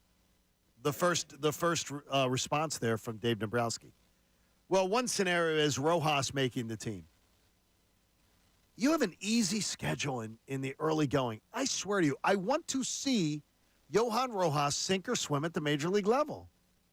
He is a absolute double plus defensive player. He's amazing. He is a guy who, when he gets on the base paths, he can steal. But in the old proverbial baseball vernacular, you can't steal first. So he has to have worked on his offense. But I want to see him get the chance. Apparently, he's told reporters he just lived in the cage this offseason, which fits. I mean, you look at him; he's yoked. Did you see the video? You see the video? He looks like a different guy. I think when I hear Dombrowski say that, I just think it's trying to motivate a young player and basically telling him, like, hey, it's not a given. Like, you don't want to. Lehigh Valley is beautiful, but you don't want to start your season off there. No. So I at this point, I'd be really surprised if he doesn't make the club because of everything you said. I mean, defensive replacement, he's better than Pache. He's better than Marsh. By far. Not even close. Like, he's their best. You can make the case he's their best defensive outfielder, period. Best defensive player on the team. His jumps are incredible. He's got Gold Glove written all over him. His speed, I mean, if you're looking for a guy off the bench to just be a pinch runner, he's it. You know, put him on the base pass, let him run wild. If he could master, and I hope that he had spent a little bit of time with Garrett Stubbs, but if he can master the bunt single, he would be so incredibly dangerous. And that's spent a bunch of time on it this offseason. Yeah, that's Garrett Stubbs' calling card is the drag bunt single. Yeah, and if he can do that, I mean, if Garrett Stubbs is leading the majors in it, you're telling me Johan Rojas can't? Like, he's way faster than him. So I just think when I hear that, it's a formality. They're just trying to motivate a young player. Yeah, I take it as reality also. The kid played 59 games last year. He's a rookie, 59 games. And we didn't expect him to be up here last year. No. Right? So you throw him in there. Well, you wanted him up. You wanted him I don't want to hear from you, Cooney. No. You wanted him in 22. Yeah, I wanted him for the playoff run in 22. And I was Googling his stats. I remember the day you were bringing it up, and I'm going, Patty Prospects. Rojas, I'm not looking at Rojas. Like, what the hell is he talking about? Just another hit for Patty Prospects. It was good. It was I don't think anyone expected him, to Bob's point, to make an impact last year if he did end up coming up. And because of injuries, they had to use him. And everybody kind of liked what they saw, right? Like, sure, you saw the tools that he has there, and I mean, he could be such a dangerous weapon at the bottom of that order, man. Yeah. There's also the mental aspect that maybe was on Dombrowski's mind when he's speaking also. You know, all right, we can all say, yeah, throw the kid in there. He's a great defensive player and all of that. But as we've seen with many players, or it's been talked about with many players, young players, they come up and they're clueless at bat. Does it start to mess with you mentally? And, you know, then you're lost. And then you're fearful that, oh, my God, can we get this kid back again as far as hitting goes? So that could be also in the back of the front office's mind with him. The Phillies, though, this is where Dave Dombrowski disappoints Pat Egan and the rumor mill. We like our club. I think our positional players are really set. I don't know if we're healthy when we break camp and Rojas makes the club. 12 of our 13 spots are spoken for at this point, so there's a battle for one more, and we have a lot of different people that can play that role. Our 5 starting pitchers are set. We have helped the depth of our starting pitching with a lot of moves that we're making. And our bullpen, we like our bullpen too at this time, and we see some of the arms that we like. So, again, we'll be open-minded. We'll see what happens, but I can't say that we're actively looking to say we want to add this particular thing. I think they're doing the Ricky Bottalico.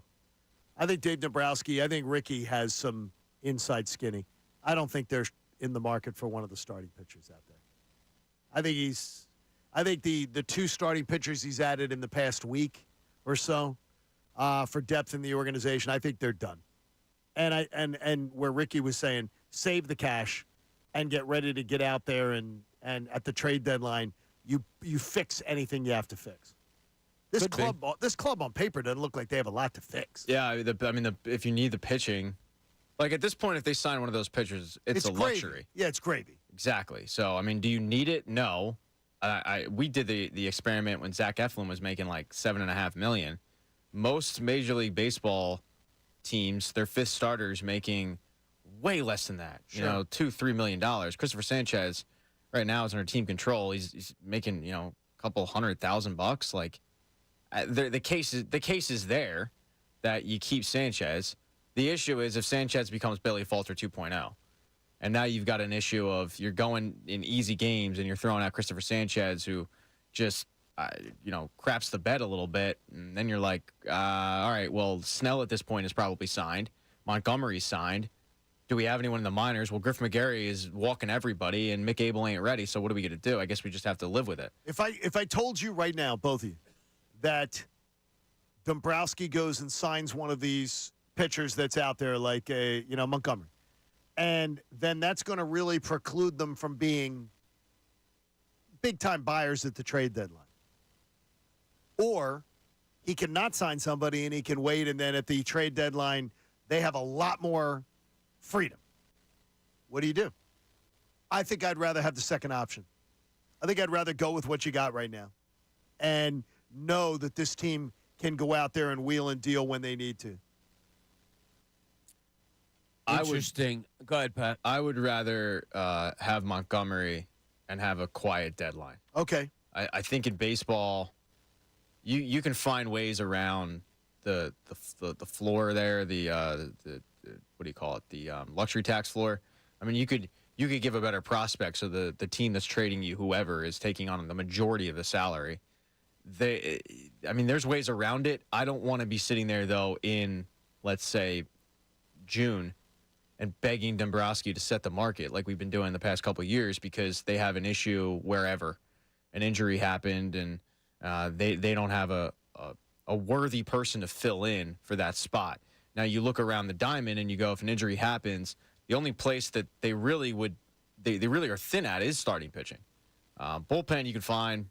I mean, there'll be somebody that makes the team out of camp that you weren't expecting that came in on a spring training invite job. But when you look around the diamond, I mean, they have serviceable replacements. Starting pitching is really the only place. So I would take Montgomery, but that's just me. I think it's. I think I'd want rather the be there too. You really would? I do. If you tell me a Blake Snell or a Montgomery's coming here, you'd feel better with having it long term. I'd feel fine. And then if I get to the trade deadline and I'm looking at the one thing that bothers me a little bit is that you don't have any pop in center or left right now. That's the one thing I would like to address. But no, as for now, yeah, I'll take one of those two guys. Well, think about it this way too. If you don't take one of those guys on a money deal, are you getting something better than them at the trade deadline? And keep in mind too, you have to give up prospects to get that person. Yeah, you can't just buy them. So that's right. The issue I have too. Is I don't know if there is going to be somebody out there that's better than them that isn't going to cost you 4 or 5 prospects, and include a good one there. Hey, Mark, you're on the Fanatic. Good morning. Good morning, guys. How are you? Good, buddy. So I'm excited about the season. I'm ready to go. All the press conferences and all the things that we're posting on social media. I'm ready to go. I think I would like to stay exactly how we are. And the reason why is because I think 1 through 5, our starters are good. What I would do is I would make a decision right now and say, okay, here's my closer. It's Alvarado. I'm saying it now. I'm not going to be around the bush. I'm not going to play games through March and April and May. He's my closer. Orion's my setup guy. And I would go with that, and I would, in spring training and in the early stages of the year, because look, we've had slow starts year after year after year. So if we're going to see what we have in terms of, our minor league pitchers and who our prospects are, pitch them in spring training, pitch them in early in the season. Let's see what they have now. And so we're not later on in the season, like you're saying, at the trade deadline, we're paying for something. We know what we have.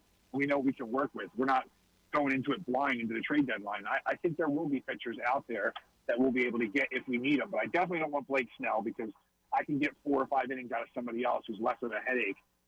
And please, on social media, people have to stop asking for Trevor Bauer. We don't need him. I don't want him. He's a character problem, and I'm not interested. There you go, buddy. Thanks, man. Yeah, I don't think Trevor Bauer's coming. I agree with what he said, though. I think take all the legal stuff aside out of it. Yeah, he's never really been well liked by his teammates. No, he's not a good. He's one of the most unpopular players in Major League Baseball. And you hear Whit Merrifield. One of the reasons why he came here was he told the media, "I heard so much about the clubhouse and about the good atmosphere that is the Phillies clubhouse.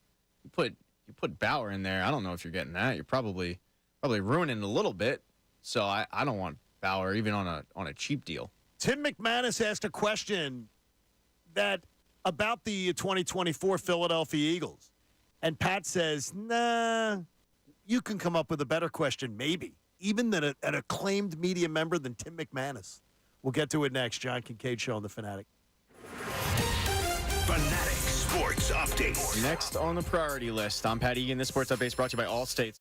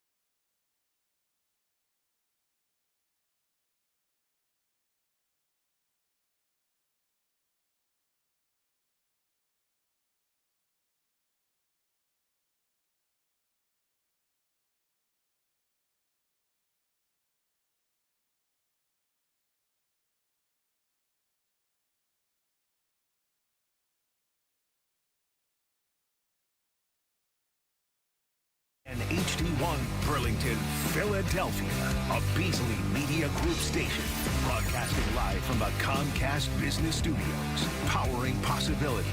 97.5 The Fanatic and 97.5thefanatic.com.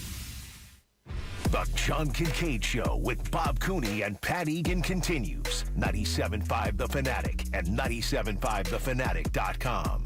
We appreciate you being a part of the show, and those of you who stream all day long, we see you, and we appreciate that. Thanks to the YouTube audience for being here this morning with us, too. And we thank you for making time for us on this Tuesday morning. A lot of people getting their work week started today. We were here yesterday for you, but if you missed it, remember you can always go back and you can watch on YouTube, or you can go back and listen on the podcast. We appreciate it when you check in. The question of the 2024 Eagles offseason, a lot of it seems to be centering around rebuild or retool. And it's hard to think that 1 year out of the Super Bowl and 11-win season that you'd be talking about rebuilding.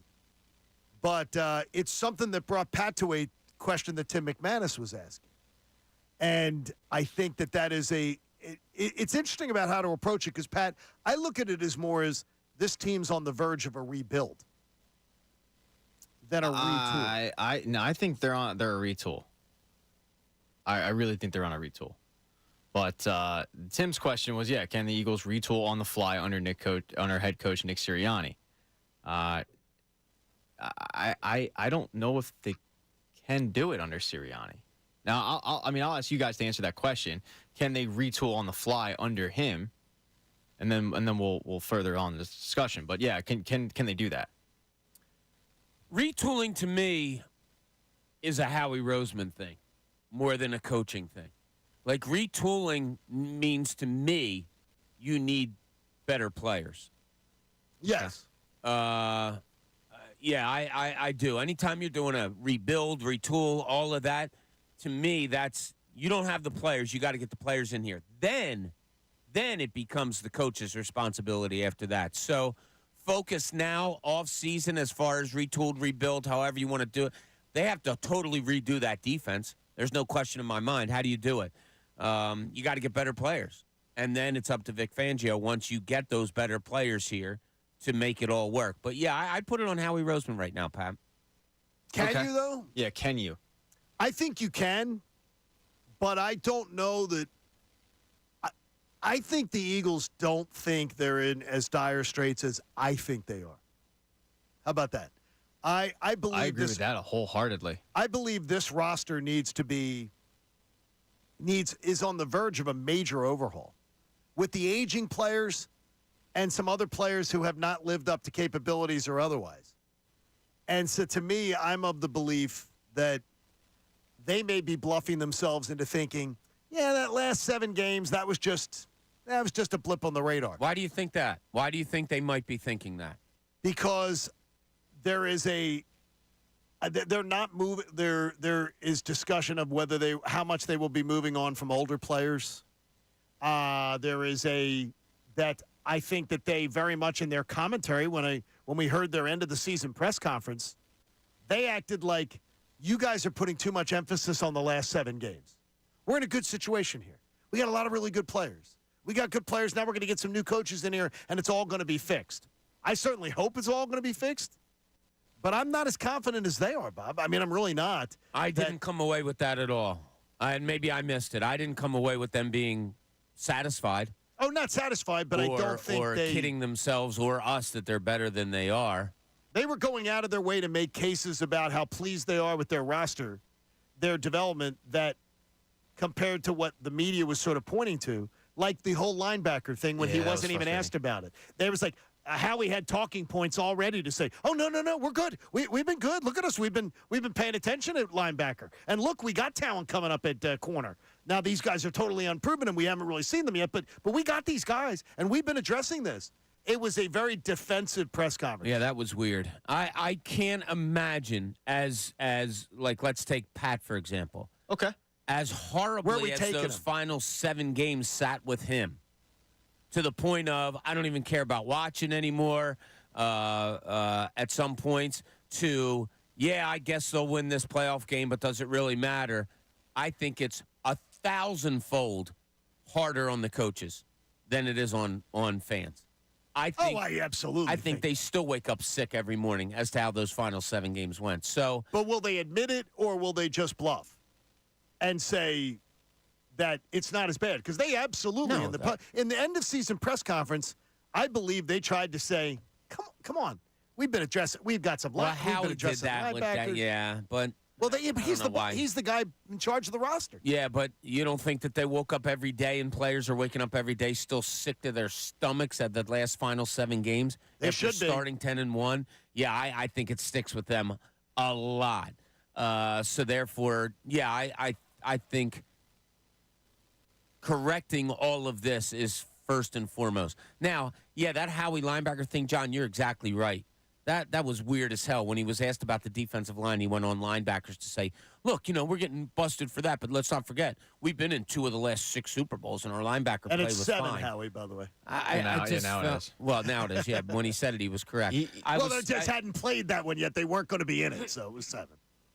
I agree. I think Howie, like many people, gets a little thin-skinned at certain topics, and he gets his back up. And you kind of saw that when the fan had the sign, I think in Houston, that said like how he's like all is forgiven or whatever. And he's like, forgiven? Like, I gave you your first Super Bowl. F you, dude. Yes. So, and I don't blame him for that. I mean, I'm as thin-skinned as anybody. But you guys answered Tim's question. All right. So to take it one step further, now that we've answered Tim's question, what is your big question for the Eagles heading into the offseason? And it can't be Tim's. Like, it's got to be something else. What is your big number one question going in? How much of a youth movement are the Eagles willing to undertake on the defensive side of the ball? How young are they willing to be? How willing are they to cut veterans loose? And how willing are they to go with youngsters that are prone to make mistakes? I would say, player-wise, what's your top priority this offseason? What is your top priority as far as getting this team better this offseason? And I need specifics. I can't hear, we want to just get better all right. No, I need specifics. I need position. What are you targeting? And where? And I'll even dumb down the question a little bit. I'll say just on the defensive side of the ball, where are you addressing first? Mine is, will you actually put a little money into linebacker?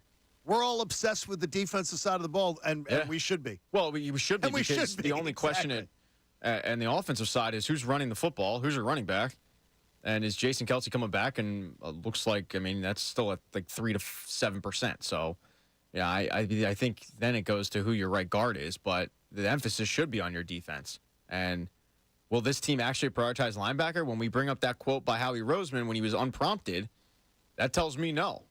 That tells me they won't actually put an emphasis at all. They're gonna scrape the bottom of the barrel. They're gonna find some dude you've never heard of from the Cleveland Browns who's got a lot of tackles, and you're gonna Google him and go, well, actually, this could work out. And then the game gets played, and you realize why he was a free agent. Like, that's where I think we're headed, because that's where we've been headed for the past 30 plus years. Like, they fall into linebackers. They fell into T.J. Edwards years ago. They got Jeremiah Trotter, but that was a 3rd-round pick. Like, they just don't put an emphasis on linebackers. Michael Kendricks. Who else? There's the kid from State, Matt McCoy. I'm actually trying to think of linebackers that they drafted in the first 2 rounds. Obviously, first round, they haven't done that since, 78? So second-round picks. Terry Robinson out of UCLA. Yeah, second-round picks, they don't really put an emphasis on that either. I don't like your tone. I don't like it either. This sucks. It really does. But they can change that, though. They have 2 second-round picks. They could change this. Get crazy. If you have 2 second-round picks, take a defensive end, because they just we talked about this a couple days ago. They love defensive ends. They love the defensive line. So bolster that. No problem there. But with your second-round pick, man, like, get bold. Try something you haven't done before. Like, prioritize a position that you usually don't prioritize. It's a second-round pick. He's going to be on a team-friendly deal. Like, put some stock in there. I seriously, I don't like that. I don't like that line of questioning, because I really do believe it. I really do believe that they're going to bluff themselves into not addressing linebacker again, and we're going to be whining about it. I just, no matter how much I think that it's the thing to do, I don't sense that it's going to be a priority. we know best. We know best. And they've got a good track record of fixing things and, and being in the mix. So they're going to say, we know what we're doing. I'd love to sit down and just talk it out. Like, hey, Howie, what is the deal with linebackers? I mean, is it a business decision because you have so much money to spend and you've prioritized that it's your philosophy as an organization that you're keeping teams in front of you, you don't need playmakers at that position? What exactly is it about linebackers? Did you lose a girl to a linebacker in high school? Was there a linebacker I think he that cheated off of you in a test in high school? Like, what is your disdain for linebackers? I'd love to find out that answer. And if one name comes up almost immediately, I'm going to puke on his shoes. And that's Nakobe Dean. Nothing against him. No, and I hope you're not to God negative against he's the him, player that you thought he was going to be or whatever. But right now, he's not your answer. So you can't. Please don't use that as one of the multiple choice answers right now. Well, that's one of the reasons why I say go and draft a guy in the second round and let Nakobe Dean battle for the other spot. Right. But then again, a veteran off the streets. Yeah, but then again, I mean, to play devil's advocate, then you're anointing the second round pick, whoever it is, as a starter, and is that right? Because that was the whole thing with Nakobe Dean is you're anointing him, and what has he earned? Second round pick, you're then anointing him as a starter. So I guess I can't have it both ways. But most of the time, Pat, when you draft a second rounder, you're expecting them to be a starter. Yeah, you are. And that's the argument with that. But the argument with Nakobe Dean was he dropped in the draft because of injury. And now we're finding, and I remember questioning it too of like, did he drop in because of injury? Did they drop because of other concerns that we don't know about? And that'd be talent. Now, I think the book is still way out on Nakobe Dean. I'm not ready to call him a bust because I don't think he played nearly enough last year. He was getting injured constantly. But if they went out and they signed to Patrick Queen and you pair him with Nakobe Dean, I'd have no problem with that. I would love that. But you went in last year and you didn't have competent linebackers because you banked on Nakobe Dean. He gets injured really early on. When he did play, he didn't look great. And then you're stuck with Nicholas Morrow and Cunningham. And Cunningham was fine. Like he was okay, yeah. But that's the problem is they find Cunninghams every year. And if you pair a Cunningham with a TJ Edwards, it looks a lot better, which is what they did with Kazir White. Like, we're pining for Kazir White last season, forgetting that Kazir White looked way better because he was next to TJ Edwards. And how much better and mediocre linebacker looks when they're paired with a competent linebacker. And now we know they didn't even approach TJ Edwards. Yeah. And here's an interesting point. You bring up linebacker. What position on the offensive side of the ball do they not put money into either? On the offensive side? Yeah. Running back. Right? Running back. They don't want to do that. Receiver. So let's think about this. Linebacker on the defensive side of the ball, running back on the offensive side of the ball. Who did they anoint their starting linebacker last year after not hardly playing at all his rookie year? Nakobe Dean. Got hurt, didn't really impress when he was in there. Probably a mistake just to anoint him. Who did they anoint the starting running back, the other position, at the end of training camp and say, this is our starting?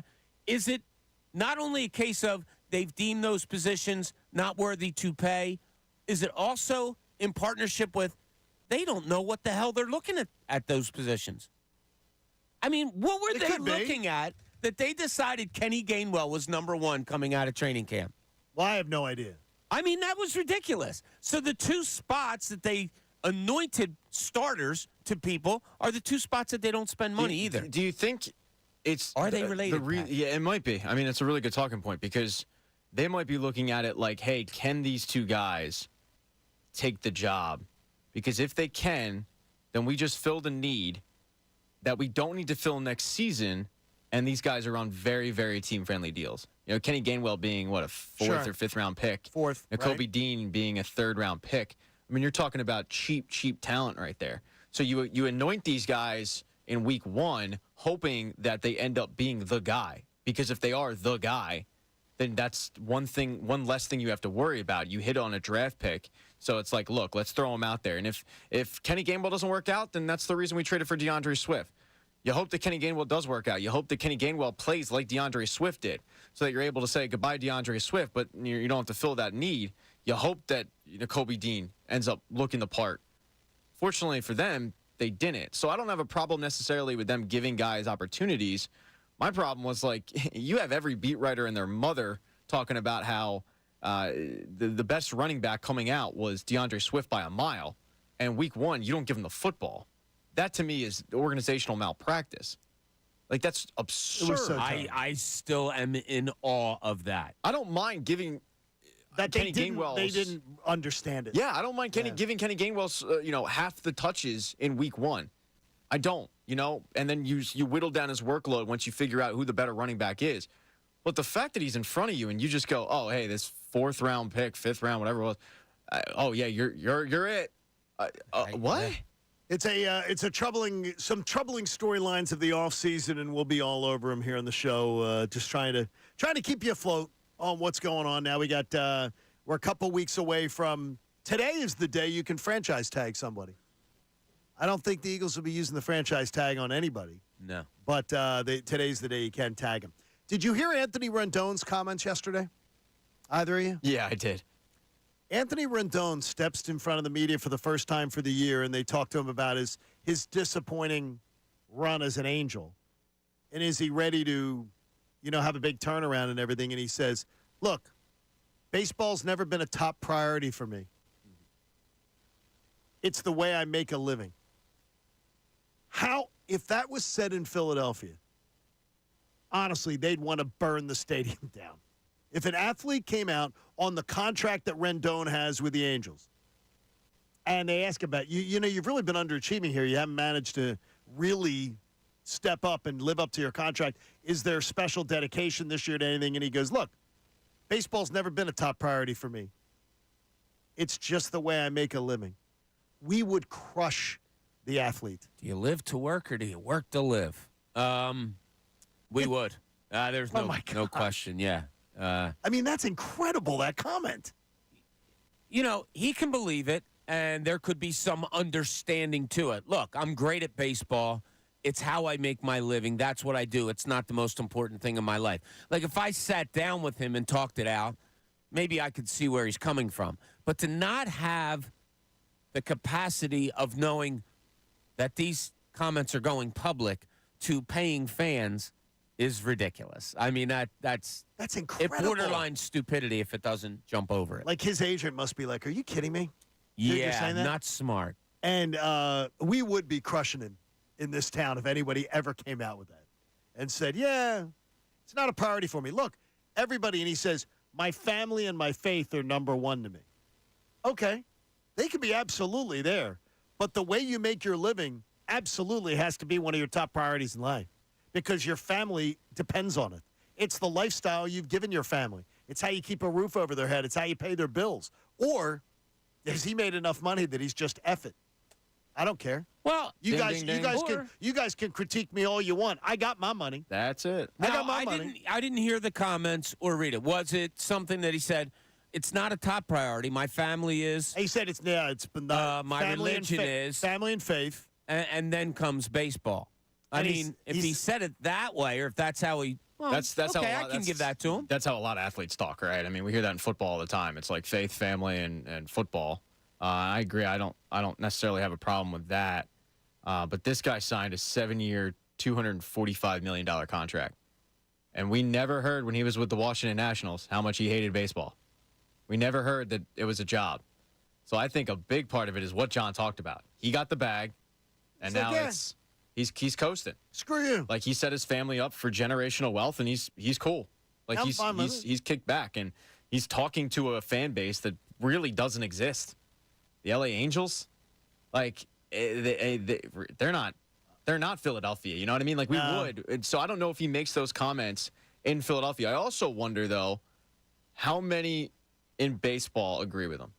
Because No. Expand that. How many in sports agree with him? Well, but I was going to say, and we all know that the elephant in the room is this is more often than you think in terms of, hey, I'm good at something, but I don't really enjoy this thing.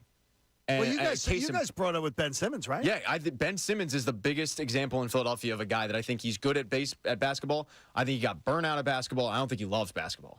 We're going pretty far on this, real quick. He said it's not a top priority. You just used the word hate. Well, Those I are say that pretty because far from each other, maybe. I think it was Jonathan Papelbon who played with him in Washington. And he came out before these comments came out. He came out like 3 weeks ago because he's kind of been doing this media tour. And he said, like, when I played with Anthony Rendon, he hated baseball. He constantly would come in. He'd complain about the dealing with the media. He'd complain about the scheduling, complain about having to play every day, complain about this, that. Like, he didn't like playing the game of baseball. Baseball's never been a top priority for me in my life. So I think that's even before he had I'm a family member. I'm like, all right, cool. I still am. Yeah. Wow. I think he Like tried his to wife, his kids? I think he tried to curtail the questioning, but when he was pressed on it, he basically told the media, I've answered your question.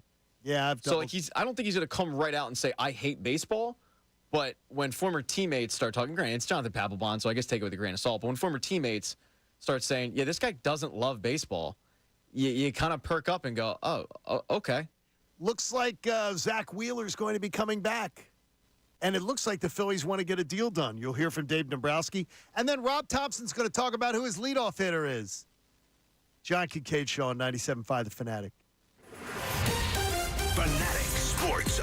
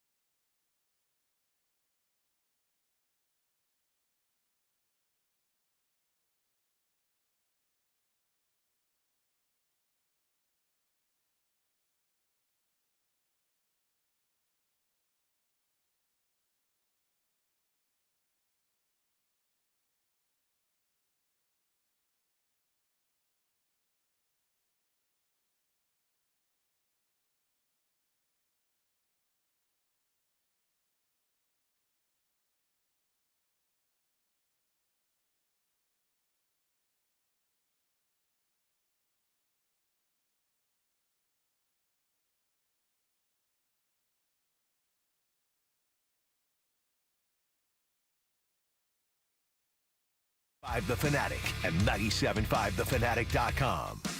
I know Tuesday morning when it's Monday morning for a lot of you can be a little bit difficult, but hopefully you're having a great morning. Thanks for hanging out with us. John Kincade Show on The Fanatic.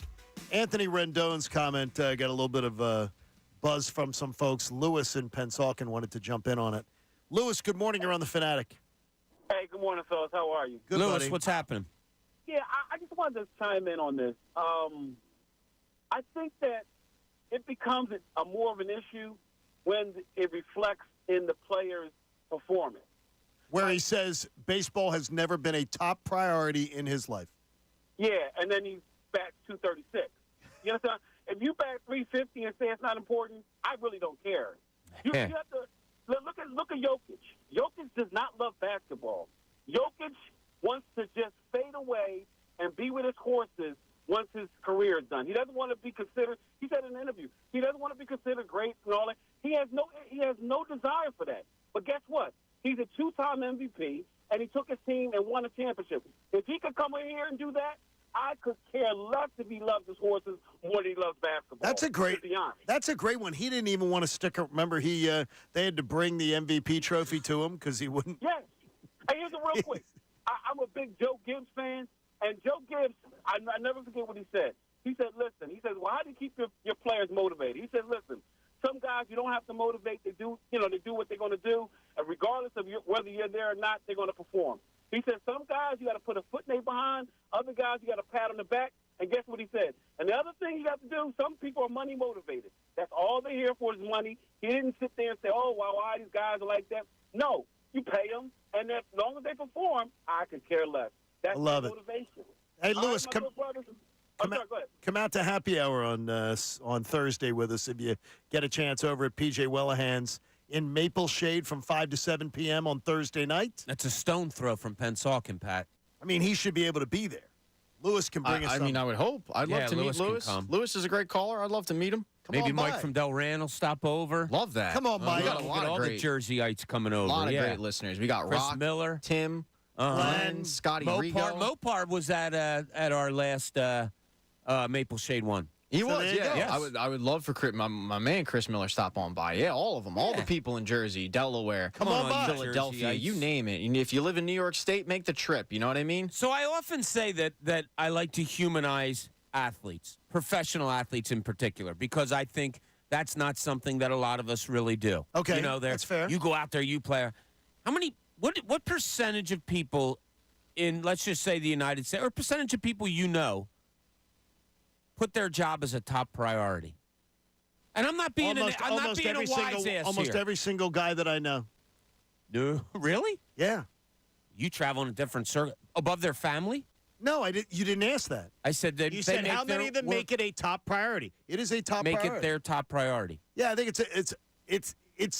I think that men and women today in today's society walk around with the pressure on their shoulders, realizing, especially the main breadwinner of a family, realize I gotta bust ass every single day because it's my responsibility Bob to take does care that. of my wife, my children, and make sure that there's a roof over our head, that they're fed, and everything Sure. like that. So That means your family's your top priority. Well, I mean, no, if I were to no, ask no, you, no, John, no, honest to God, what's your top priority? It's living and Christina. It's nothing else. Yeah, but it's also is that I realize that in life I worked like for 16 years of my career, of my professional career. I worked 3 jobs because of the fact that I had things that where I wanted to educate my daughter, where I wanted to be able to do things I wanted to be able to do with my family, that I realized it would have been easy to just say I'll do one of the jobs because one of the jobs I had was a really nice job. I could have just said, yeah, just do that. But I put that as your career is being done out of almost like a labor of love for your family, too. Yeah, That's for it. your It's- family. That you're trying to do it for them. But a top priority, I mean, if you don't take your job with the top priority, it shows immediately. It shows immediately that you take it as a secondary venture. It's funny. My circle of friends, no one would say that working is their top priority. It would all go right to, without hesitation. All the names that Pat always brings up of my friends, work would not be close to family. I know you have to provide for your family, therefore work is that. But I'm just reading into, okay, he's saying it's not a top priority, that family and religion is. Now, it's easy for him to say that because he's making $275 million. 1 year of his career, he was set for life. Yeah. 1 year. But it's different. funny. Percentage of people that I know that would put work as their top priority, God, below 10%. See, if you don't make work, I understand that you have your family can fall apart. Sure, they could end up on the street. They could end up not being able to do the things you want to be able to do to provide for your family and your children. So I mean, if you had to have one or the other, your family or your job, which one would you take? Well, I'd much rather have my family, right. But you can't.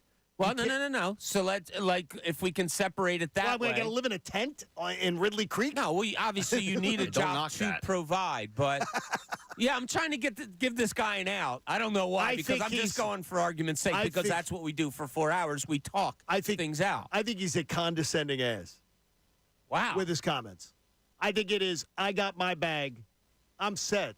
I think he's out of touch. I'm out of touch with reality. I think the comment was out of touch, as I said from the beginning. Yes. Now, granted, $245 million in California does not go as far as you might think. Yeah, it doesn't. I mean, gas prices there are expensive, and the state income tax is large, but I guarantee he's paying greater than 50% of every dollar he earns in taxes and yeah, probably. No, in all seriousness, his comment screams of a guy that got paid and then said, I'm checked out. And we've seen that happen before with athletes.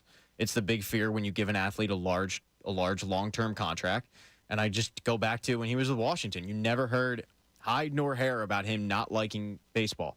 And I guess it was a secret in the clubhouse, and they kept it there and privately and stuff. But when you have former teammates talking about, yeah, this guy didn't want to really play. And he also, Ray Dunn texted me and reminded me, he advocated for the shorter season. Yes. Like he just... Look, I think a lot of us in our day-to-day lives would like to get paid a lot of money and do less work. But we look at our jobs, and I'm not even talking about us because we have a fun job, but you're looking at the job that you go to that you're stuck in traffic and you're not looking forward to. That's different than your entertainment. And your entertainment being sports, you're like, man, that's a dream job. And you're getting paid millions and all that. And for some, it's just that it doesn't equate. For some that play that professional game, they look at that as you do driving to work to your dead-end job that you hate. I've always looked at, and it's going to be non-popular with a lot of the New Jersey cult, but I've always looked at Mike Trout this way as a professional athlete. Spectacular player, but when given opportunities to go and win, I think he looks at it just as a job. Looks at it as a job. He's really good at it, but given opportunities to say, I can pick to go someplace where winning is a priority. The Angels, winning is not a priority. Never has been. Doesn't appear that it will be. And he said, no, I'm just going to double down. I'm going to win. Now, what he did is when he got behind the microphone yesterday, he was like, I want free agents to come here. I want this to be it would be real easy for me to ditch out and go someplace and win.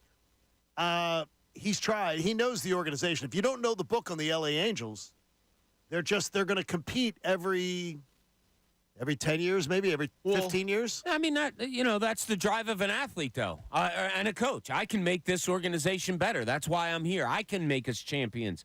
I don't know the ins and outs of Mike Trout's thinking. I mean, you can stand back from 30,000 feet and say, like, oh, all he cares about is collecting a paycheck. I interviewed Mike Trout. I watched him play. All of that. He was the most competitive high school player. It was a long time ago. I can't imagine, and talking to many people that know him well, I can't imagine that's left him. But he didn't have to sign a long-term extension with the Angels, a team that has never shown any ability to compete almost in consecutive seasons, let alone be a winning organization. What if Mike Trout is such a good guy that he says, no, I want this organization to win because you've been so good to me. So I'm going to stay here to try to get us to win. I don't know. I would be surprised if Mike Trout sits back with his feet up and says, yeah, I don't care if we win or lose. I'm getting Well, that makes it sound a little more different. I think he looks at it as a job more. Because winning. Okay. Yeah. I don't know. To me, I see a competitive person. So when we look at guys that are beloved in the city of Philadelphia when it comes to baseball, one of the names that will eventually get mentioned, it was not the first, second, third, or fourth, but is Jim Thome. And you could have made the same argument if Jim told me all you care about is the money. Because when he signed with the Phillies, they had shown no real urgency to win.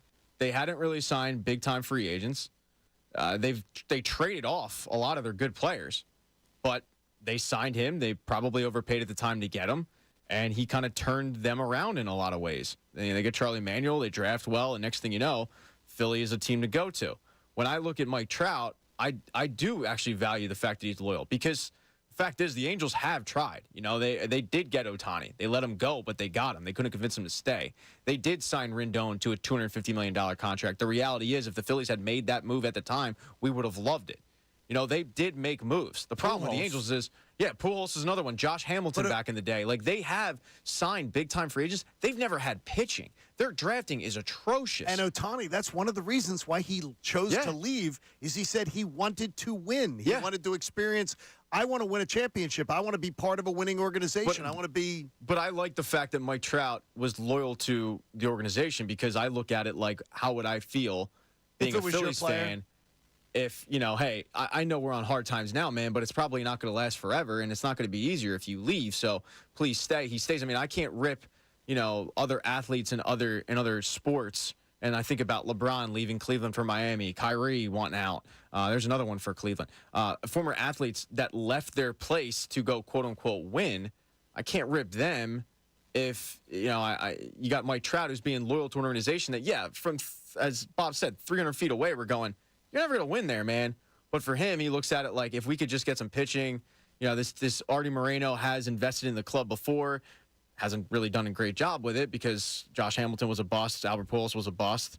But if he could actually wisely use his money, we could end up turning this thing around. I actually value it. I like his loyalty.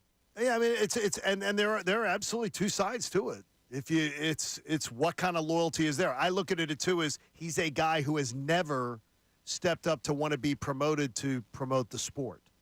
Like a guy that is front and center. He has shied away from the spotlight of, hey, baseball needs to promote. Remember Ken Griffey Jr. was that Major League Baseball spent a bunch of time promoting baseball around Ken Griffey Jr. And baseball's fun again. Remember, I don't know if it was like have fun, and it was Griffey Jr. with the hat backwards and all this stuff. I think that Bryce Harper really sells it. Really sells the sport. Really sells, doesn't mind being, sort of promoted as one of the faces. Mike Trout, I don't even think most baseball fans could even tell you what he sounded like. His voice even sounds like. But stars of the game, you could in previous generations. Big stars. Stars of the game today. You know what the Jeters and the biggest players in the game sort of sound like, look like, feel like. He's a great player, Trout. But I've always just looked at it as he's not looking to advance the game. He's a great player. Well, advance the game, I don't think it's that. I think he doesn't feel like he wants to be the face of the game or one of the faces of the game. I don't mind that. Okay, that's fair wording. That's fair wording. That's how I looked at it. He's not going to advance the game. The game's going to be the game. Like, Mike Trout will play as hard as he can and be the player he is and put up all these numbers. You can advance the game, though. Popularity. You can advance the game with young people, that you make it more engaging. You make it more, you reach out. Baseball did it. Basketball did it. Basketball wasn't as big 20 years ago as it is today. It was certainly not as big 40 years ago. And it's going to be bigger in 20 more years, too, no matter the names or whatever. But hockey's and less. Baseball is, too. But hockey's less. Baseball's less than it was. In what regard? Well, baseball was America's pastime. It was the biggest sport. Football was not the biggest sport past baseball. Football passed baseball. And you brought that up before. In my lifetime, football's always been number one, I think, and we're about the same age. Football wasn't the number one sport in America when we were kids. It wasn't the number one. Based on what? Major League Baseball was passed over. Has been passed over as it was America's pastime. I know that's the phrase it was given, and Dallas was America's team. That doesn't mean it's. I don't know. I don't ever recall baseball being bigger than football in my life, and that I remember following. We remember things differently too, because you're like you never remember the Sixers being less than the Flyers. I absolutely remember in my lifetime the Sixers being behind the Flyers in this town. Oh, I don't think I said that. The Flyers. When the Flyers won Stanley Cups, they were it was I think probably bigger, but I don't think that. Well, I No, even think as in the '80s the Flyers were more popular than the Sixers in this town. Like a lot of it is perception. Yeah. You know, as far as what is, I always thought the Flyers how about this, in the days of the Spectrum, I always thought the Flyers were the far more important team to this city than the Sixers. In the history of the Spectrum, before they moved, I always thought Flyers absolutely were a bigger part of this town's fabric than the Sixers were. I will never agree with that. No. And it is, and a lot of it is perception. I mean, you look at the basis of this city. Look at the demographics of this city. You think there was ever more Flyers fans than Sixers fans? Well, I mean, I'm just looking at it as the popularity of the team. I really do. I always felt that. And ticket sales, it absolutely showed. People coming to the games. I mean, if you had something. Yeah, because not because, but perhaps you have your 17,077 Flyers fans. That's the way it was portrayed. Yeah, that's the way it was always portrayed. If you go around this city and you want to talk hockey or basketball over the last 30 years, you think you're going to get more conversation from people on hockey than basketball? No, what I said is the Spectrum era. I didn't say last. So that was 30. the 70s and 80s. And I absolutely think it was. The Sixers went to. They went to the finals they went to the finals in 77, 77, 80, 81, and 83. And then it had. Yeah, and then you still had the Dr. J era until 88. You had 18 years between finals appearances. Yeah. But it's just. But if we're talking popularity, I don't think I don't think hockey ever overtook this city in popularity than basketball. Hey, Zack Wheeler is a priority for the Phillies. And yesterday, Dave Dombrowski was talking about it, is that, look, this deal, it's got to get done. Zach would not mislead you. Of course, we've talked.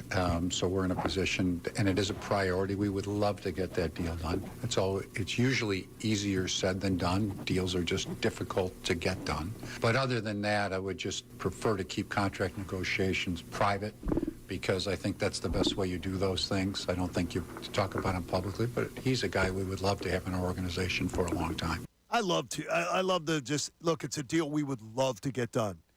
And Pat, you think Zack Wheeler and some of his comments prove that he is a huge just fit with the clubhouse. And he's somebody you have to have around this organization. I forget who we were talking about recently, and you'll remind me of a guy who spoke so glowingly that he probably messed up some cash for himself. Oh, I can't remember. Yeah, it was really recent too. It was in the last week, but it was somebody who just probably shouldn't have said what they did to the media about wanting to stay and messed up their negotiating tactic. And I feel like Zack Wheeler kind of did that. And I am thrilled about it. All right, I am so excited about it. You're thrilled that he spoke right? to yeah, I mean, look, 4 years ago, whenever he signed this contract, I was not feeling Zack Wheeler, but close to a sub-3 ERA in 4 seasons has me change my opinion. And he went out a couple weeks ago when he first arrived at spring training. He basically said, like, he wants to stay here. Money doesn't really matter as much as fit and comfortability. And it's something I brought up. He's got 2 small kids. His wife, you've brought this up, is from the area. I know he's from Atlanta, and you talked about he could bike to the stadium. But I don't think he wants to be there. But the fact that he went out of his way and could have stayed quiet and could have said, look, I'm going to let my agent talk about, the contract, and I'd like to stay here, and blah, blah, blah, but we'll see how it goes. That's kind of what Aaron Nola did. He goes out of his way to talk glowingly about wanting to stay, taking less money, how much clubhouse dynamic works.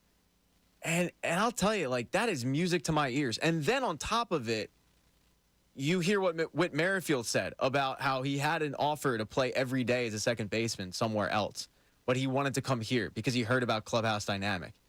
And for all the faults that I think Rob Thompson might have, well, it's not a ton, but the issues of leadoff hitter and pulling guys too early and all the things that in the coming months I will complain about on a day-to-day basis.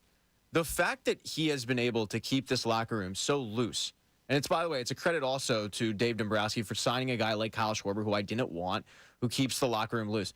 For all the faults of those guys, this is one of the reasons why guys want to come here and stay. And now you've got a pitcher who cashed in $100 million, is underpaid in the job that he's performing, well underpaid, but is willing publicly to take less money to stay here because he talks about wanting to be in Philadelphia and how much clubhouse dynamic matters. And in baseball, and we all agreed on this, that's the sport that locker room chemistry, clubhouse, it matters the most because these guys are around each other so much. So, it's a credit to Dombrowski, and I'll even give credit to Klentak, the old GM, because those guys went out there. Sam Fold, I'll throw him in there too. They could have signed an Anthony Rendon. And we could be talking about today Anthony Rendon's $245 million problem. And I really don't think a lot of people would have poo-pooed that had the Phillies signed him back then. But they didn't. They allocated that money to Kyle Schwarber, who I didn't like that deal at the time. They put the money into Nick Castellanos, who's got a little crap to him, you know what I mean? He's got a little attitude. But he talked about it yesterday, too, about the clubhouse dynamic. And you're hearing more and more of these players talk about how important it is that they're bringing back some of these guys that just keep a locker room loose, and how important that dynamic is in a long season like baseball. And for Zack Wheeler to go out there and say what he did, look, he probably cost himself a decent amount of money, but the fact that he's okay with that tells you everything you need to know about the vibes going into this season. I'm so jacked for baseball now after hearing what he said, after hearing what Merrifield said. Unfortunately, we're 6 weeks out, but you don't have to wait. pumped. You're what's it, 6 weeks or 5 weeks from Thursday? Yeah. It's not that far. It is far. It's not, Pat. A lot can change. Pat, it's not that far. It's a fortnight. It's 2 fortnights, gentlemen. Oh man, 2. I don't play Fortnite. I did. I was so bad at it that I had to quit. My anxiety would get up there. Would it really? Yeah, I don't like when people are like, "Oh, I play video games to relax me." Nah, not me. Play 'em? I get so angry. Ruben Frank, I think, is one of the best at digging up crazy numbers in the local Philadelphia sports media about your Eagles team. And I wanted to share a couple numbers that he shared on NBC Sports Philadelphia. We'll get that coming up. John Kincade Show on 97.5 The Fanatic.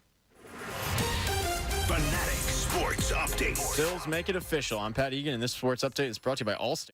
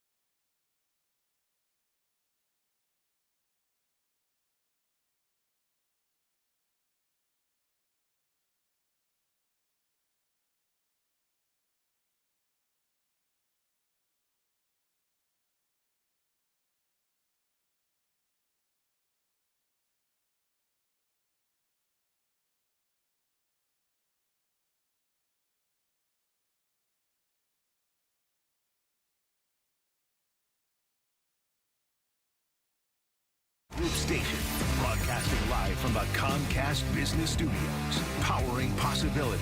97.5 The Fanatic and 97.5thefanatic.com. The John Kincade Show with Bob Cooney and Pat Egan continues. 97.5 The Fanatic and 97.5thefanatic.com. Pat, you were bringing up California earlier? Yeah. So my buddy Josh lives in California. He's got 4 kids. What do you say, Josh? And he took his 4 kids in a SUV to a fast food restaurant, one of the major chains. I will not give you the one. Don't guess it, because I don't want to have any advertiser get pissed. Oh, In-N-Out's not here, Johnny. It's fine. How much do you think it cost him to take his 4 kids and him in a drive-through? Yeah. How much did he spend in California at a drive-through to get them all? They each got meal, drink, fries. All right, so when you say him, 4 kids, so 5 people. 5 people. Oh, you're talking in California, 117, I was going to 130. say $70. Anywhere from 117 to 130. $89.38. He must have had a coupon. $89.38. So I told you guys this. I went to a place that I think you might be referring to, and I got something for me, all right, something for Jack, and it came to about $18.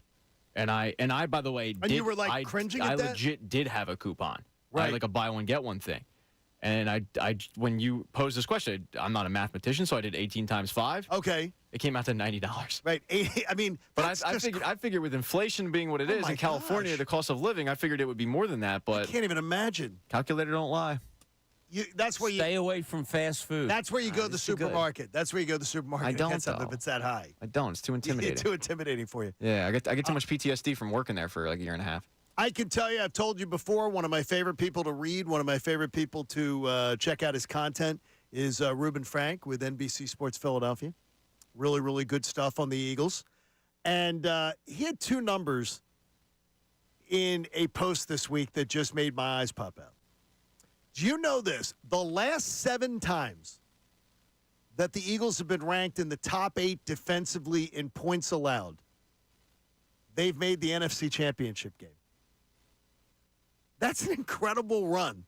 So the last 7 times they've been in the top 8, top 25% of the NFL, they have made the NFC Championship game. That, to me, is pretty incredible when you're talking about that. They've made it 8 times, by the way. They've made it 8 times in this century. And the oldest one was 2000. They were 4th, and they lost in the conference semifinals. But that's an amazing number to me, and it got me thinking, is there any way that the Eagles could end up in the top 25% of points allowed next year? They were number 2 under that terrible defensive coordinator, Jonathan Gannon, in 2022. Is there any way they could go from 30th in the NFL to up to the top 8? Can Vic Fangio in 1 year turn this around? You're nodding your head. I think so. In 1 year? Yeah, I think so. I think 2 big things have to happen. They need to be able to get to the quarterback. Okay. If they can get to the quarterback, it's going to go a long way. Hitting the quarterback, forcing him to rush throws, creates turnovers, creates chaos. So I think that's a big thing. The other thing is on the offensive side of the football, time of possession. That's huge. You can't have the offense going consistently 3 and out because of, piss poor play calling and pedestrian offensive schemes. So if the offense can keep the other offense off the field, and then the defense can come out there and wreak havoc, then yeah, you're gonna look at a large bump up in terms of defensive efficiency. I guess if you can go from 2nd to 30th, you can go from 30th to 8th in a year. Wouldn't be outrageous to think that, Bobby. No. With this group of talent, there ain't no way in hell they're going to be a top 8 in points allowed next year. Not until they address so many areas. And there are a ton of areas to address. Yeah. I don't know. I don't know. I'm sorry. Listen to Bob. And I also think that that's a coincidence. What was it? 7 times they've been in the top 8? The last 7 times they've been in the top 8, they've made the they have made the NFC Championship game. And what did you say they were ranked last year as far as points allowed? Because I was looking. Last year, I think we were 30th, 29th, 30th? No, not last year. The year that they made the Super Bowl? I think it was second. Huh. So Looking on here, it says last year was 30th, right? No, it was their second best as far as it was the second best season or something like that, points-wise, in the top 8. They were top 8. Last year's top 8, you're in there. You've got an opportunity. You're in the NFC Championship game. Can you get top 8 out of this team? You say no. No. I mean, unless you're bringing back, I don't even think Buddy Ryan could do it. No. Jimmy Johnson, no. Your top defensive coordinators of all time, no. You don't have a linebacker. You have limited defensive line. You have no safeties, and you have no corners. Who the hell is this? I don't like your tone either. I don't love their chances. Am I Pat, I like your tone better. Yeah, you got to love their chances, Bobby. No, I mean, I guess. I mean, it's a top 8. A top 8 shouldn't be. The top 8 isn't incredibly hard. I wouldn't think to be top 8, but I agree with you, Bob. Is that I'm going to agree with your answer. I don't see them being top 8. No. Now, could I see them being top 12? Yeah. Top 12. I think is not outrageous. Top half. Top 8? Somebody's got to be top half. Top 8? No. You guys need to get on board with my line of thinking. I like your tone better, Pat, and I hated your tone earlier. You got one linebacker in here. Secondary looks better. I do honestly think that everybody on the defense is going to look better this season, just solely based off the train wreck that was the defensive play calling last year. And I'm not even ripping one guy, but you switch. And I was a fan of the move at the time, but you switch out Desai for Patricia, and man, that really sunk, I feel like, the season. And you had guys out there who were completely confused on what to do. They didn't believe in the scheme. They didn't believe in the play calling. It's hard for me to imagine that Vic Fangio comes in and that high tide isn't going to rise all boats. And Vic Fangio has a reputation almost entirely of his career. He's not going to be in the bottom half. He's going to be in the top half. He's going to be right in that neighborhood. So hopefully it can happen, but that's just one of the numbers he gave. Here's an incredible number that I could not get over. And again, Reuben Frank, NBC Sports Philadelphia. NFL kickers were more accurate from 55 yards and out this past season than they were from 45 yards and out 20 years ago. So in 2003, all kickers combined were 57.7% on making a kick from 45 yards and out. 57.7. This past season, kickers were 44 for 76 from 55 yards and out, a better percentage. Bigger legs. That's incredible, though. 20 years. First of all, I can't remember that a 45-yard field goal was only being made 57.7% of the time, just 20 years ago. When Andy Reid was, it was, in fact, when the Eagles were in the early heyday of Andy Reid. I can't remember that it was it wasn't even a 6 out of 10 chance that you had to make a 45-yard field goal. Yeah, 45 and out was your mark back then, right? It was all right, you got to get in. 45-yard line was the one you were trying to. Yeah, and anything outside of that was real chancy. Now it's 50 and out is kind of chancy. Yeah, even then, even there's 50 still. now. I mean, you're looking at playoff games, important playoff games, and guys are going for 54-yarders and not even thinking twice about it. How about here's a number on how great Jake Elliott is. Jake Elliott is 7 for 11 in his career from 55 yards and out, 64%. Every other Eagles kicker combined from 55 and out is 3 for 31, 9.8%. Jake Elliott is 64%. Every other kicker combined is 10% in Eagles history. Wow. The greatest kicker in Eagles history, Jake Elliott. Jake Elliott, come on. What more can the man do? Not yet. He's on the path. He's just not there yet. I'm not ready to anoint him that. Yeah, he's not. He's good point. He's not there yet. He's not there yet. Yeah, it's like the Hall of Fame career. Could be when he's done. Wow. But when it's all said and done. Yet. When it's all said and done. Well, I think he's just spectacular, like mean, absolutely the best spectacular. ever. The best ever. He's not absolutely the best ever. No. He's arguably Howie Roseman's best waiver claim he's ever made. Now, you could claim it is because of the day and age of kickers, but he's the best kicker they've ever had. But statistically, he's the best. I mean, he's doesn't had have some the most inconsistent points. years. He's had some inconsistent years, and I don't remember David Akers having any inconsistent years. You know, there was a time where Jake Elliott probably would have been cut had it not been for his large contract. Was that It was like 3 years 18? ago. Yeah, no, 3 19 or 4 years ago. Might have been 19. It's when all the crap was happening. But he righted the ship, and he's looked automatic. For whatever reason, there was he had the bad year, and then the year after, he would hit everything like 45 yards out, and then like 25 yards in, he struggled. It was weird, but then he put it all together. And Was that the first extra point year? The I think crazy so. extra point I think year? so. Yeah, he struggled been with it for 2020. whatever reason. Might have been 2020. But I mean, he was automatic last year, where he came out and you knew it was going in. Unfortunately, I saw him way too much. Our 9 o'clock hour is brought to you by the Bagster. It's a dumpster in a bag.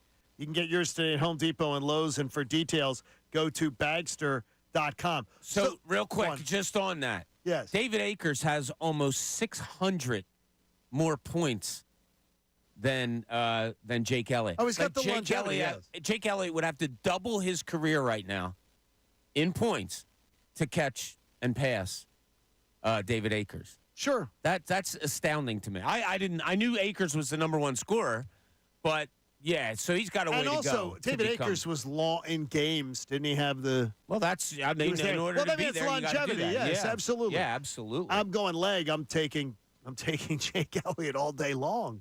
All day long. On it. In terms of leg strength, yeah, probably. It's been unbelievable. I'd be hard-pressed to find. Yeah, he's unbelievable. This one, another one there seems to be a little bit of a disagreement. Rob Thompson was asked in an interview, and I'll say it with the other sports radio station, WIP. Rob Thompson was asked in an interview, what about with Bryce Harper at first base? What does he think about that and everything? And he said that the Phillies would be better with Bryce Harper in right field if they had kept and been able to keep Rhys Hoskins at first base. He said we would be a better team if Rhys was our first baseman and Bryce was our right fielder, which is strange to me. It's a very honest answer, but it's strange to me. And then, so when Bryce Harper was asked about it, he says the organization wanted him to go to first base. And Topper says, clearly quoted, the Phillies would have been a better team with Harper staying in right. What do you make of that? Did Rob Thompson have no voice in that? And more importantly, Rob Thompson voicing that opinion. That's pretty bold. Well, That's is pretty the bold. lineup better with Rhys Hoskins in it, or not? Oh, I think he's saying the right answer. But he's saying, I believe our team would be better off if we had Rhys Hoskins at first base and we had Bryce Harper in right field. And Bryce Harper says when he's asked, I was asked by the organization to go to first base. That seems to be so? I mean, it's clear Rob Thompson does not agree with the organization's philosophy of putting getting rid of Rhys Hoskins and putting Bryce Harper at first base. I don't think I've ever heard a manager say something so bold as like, yeah, we'd be a better team if we didn't let that guy leave. I don't ever hear that. I cannot remember an example in baseball where a manager says that because that's going against his front office. Well, I'm sure as far back as the Boston Red Sox, when they got rid of Babe Ruth, they probably said, yeah, we'd be better if he was on our team. Yeah, but no, net had to be made. It had to be Bobby. made. Yeah, I mean, Broadway would have been a sham without it. Yeah. And you like Broadway shows. Did you like No, or not, Bob? No. They did not. 125 grand is 125 grand, Bobby. No, very good. That's very good. He's going against his front office then. Or there's It's some weird disconnect. because Thompson came out, if I'm trying to recall, Pat, you're good at this stuff. Thompson came out and said we're going to leave it up to Bryce. Wasn't that a talking point of ours at one point after the season was over? He said, yeah, we're going to talk to Bryce and the decision will be his. Didn't we have a subject on that? I remember before? that. I remember vaguely something remember it, like that. But Bryce Harper says the organization came to him and again, I'm quoting, came to him and asked him to move to first base. And Rob Thompson obviously doesn't agree with that philosophy as he comes out and says, we'd be a better team if Bryce Harper was our right fielder. And by the way, my lineup would be a lot more flexible. Well, he's not lying. If Bryce, I'm just shocked at hearing him say it. And by the way, I applaud him for it. This is murky. Okay. Because we also had a talking point not too long ago that we talked about. Bryce Harper said he wanted to play first base. Yes, because Bryce did say he wanted to play first base. But now he's saying the organization came to him. There's some murkiness here. So what do you think it is? Read between the lines. You've done a million of these interviews, at like preseason interviews and everything. What is it? I agree with Rob Thompson. So do I. I don't have a problem with him saying, yeah, we lost the guy. We'd be better if he was here. That's okay. I don't know if they were bringing Rhys Hoskins back here for that money anyway. So for him to say it, that's all right. I don't have a problem with that at all. What do I think happened? I think they went to Bryce Harper and said, hey, how do you like first base?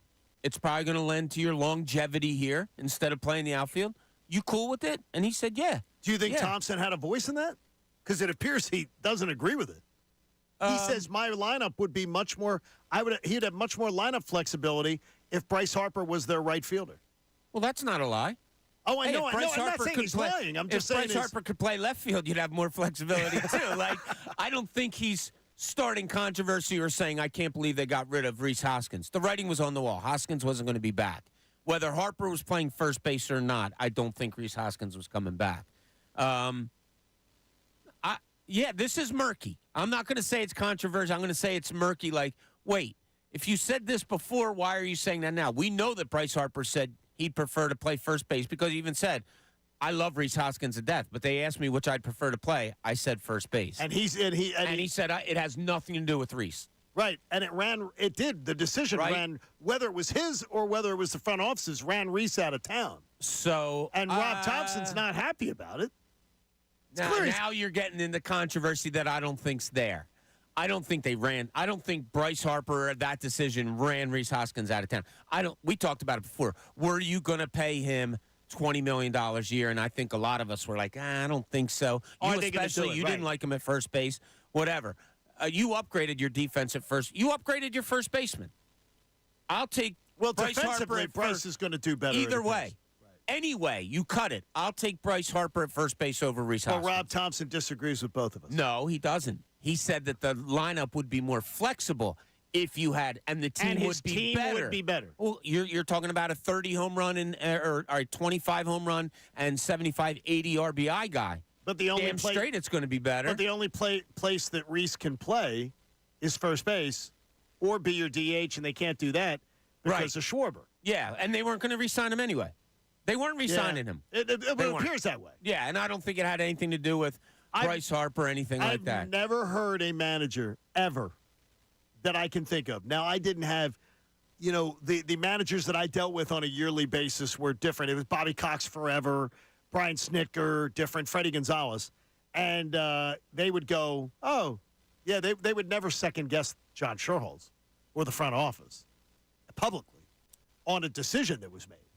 They would never say it. They'd swallow glass before they'd question a move the front office made publicly. And look, I appreciate Rob Thompson's honesty, and I agree with him 100%. This team would be better if Rhys Hoskins was here. Yeah, this would be a better team. But were they willing to pay the money? Hey, the Sixers would be better with Mikal Bridges here, and I guarantee you that every person in that organization would agree and say so. Cousin Ryan's on the line. What are you doing, Ryan? Hey, just heading to the gym, trying to stay fit, Yeah, you have to. Attaboy. Fight fires. I want to agree with you guys about this controversy. It may not be a controversy, but, this started with the organization saying, we're going to have a talk with Bryce, and we're going to see where he wants to play. And they let Bryce Harper choose. He was going to stay at first. Right. Didn't he come out and say that? That's why I chose first base, nothing against Rhys Hoskins, right? Yes. Yeah, and okay. That was where, we all saw the death knell of Rhys Hoskins in Philadelphia baseball. And I think that Rhys must have been like, thanks, Ryan, we got to run. Must be like, that's great. I think it was already decided on. My memory Then why would they have asked him? Well, you have to move on anyway. Well, okay, well, then do we need to go get a first baseman? I don't think they were going to pay Rhys Hoskins that money. And I think we talked about that before any of this came up. Would you pay Rhys Hoskins $25 million a year? I know you wouldn't have done it. No, I would not have done it. I think we were all kind of, you'd like him to stay here, but not for that Not money. at that price. Pat, where do you fall on this? I think they probably just decided that Rhys Hoskins at that price wasn't worth it.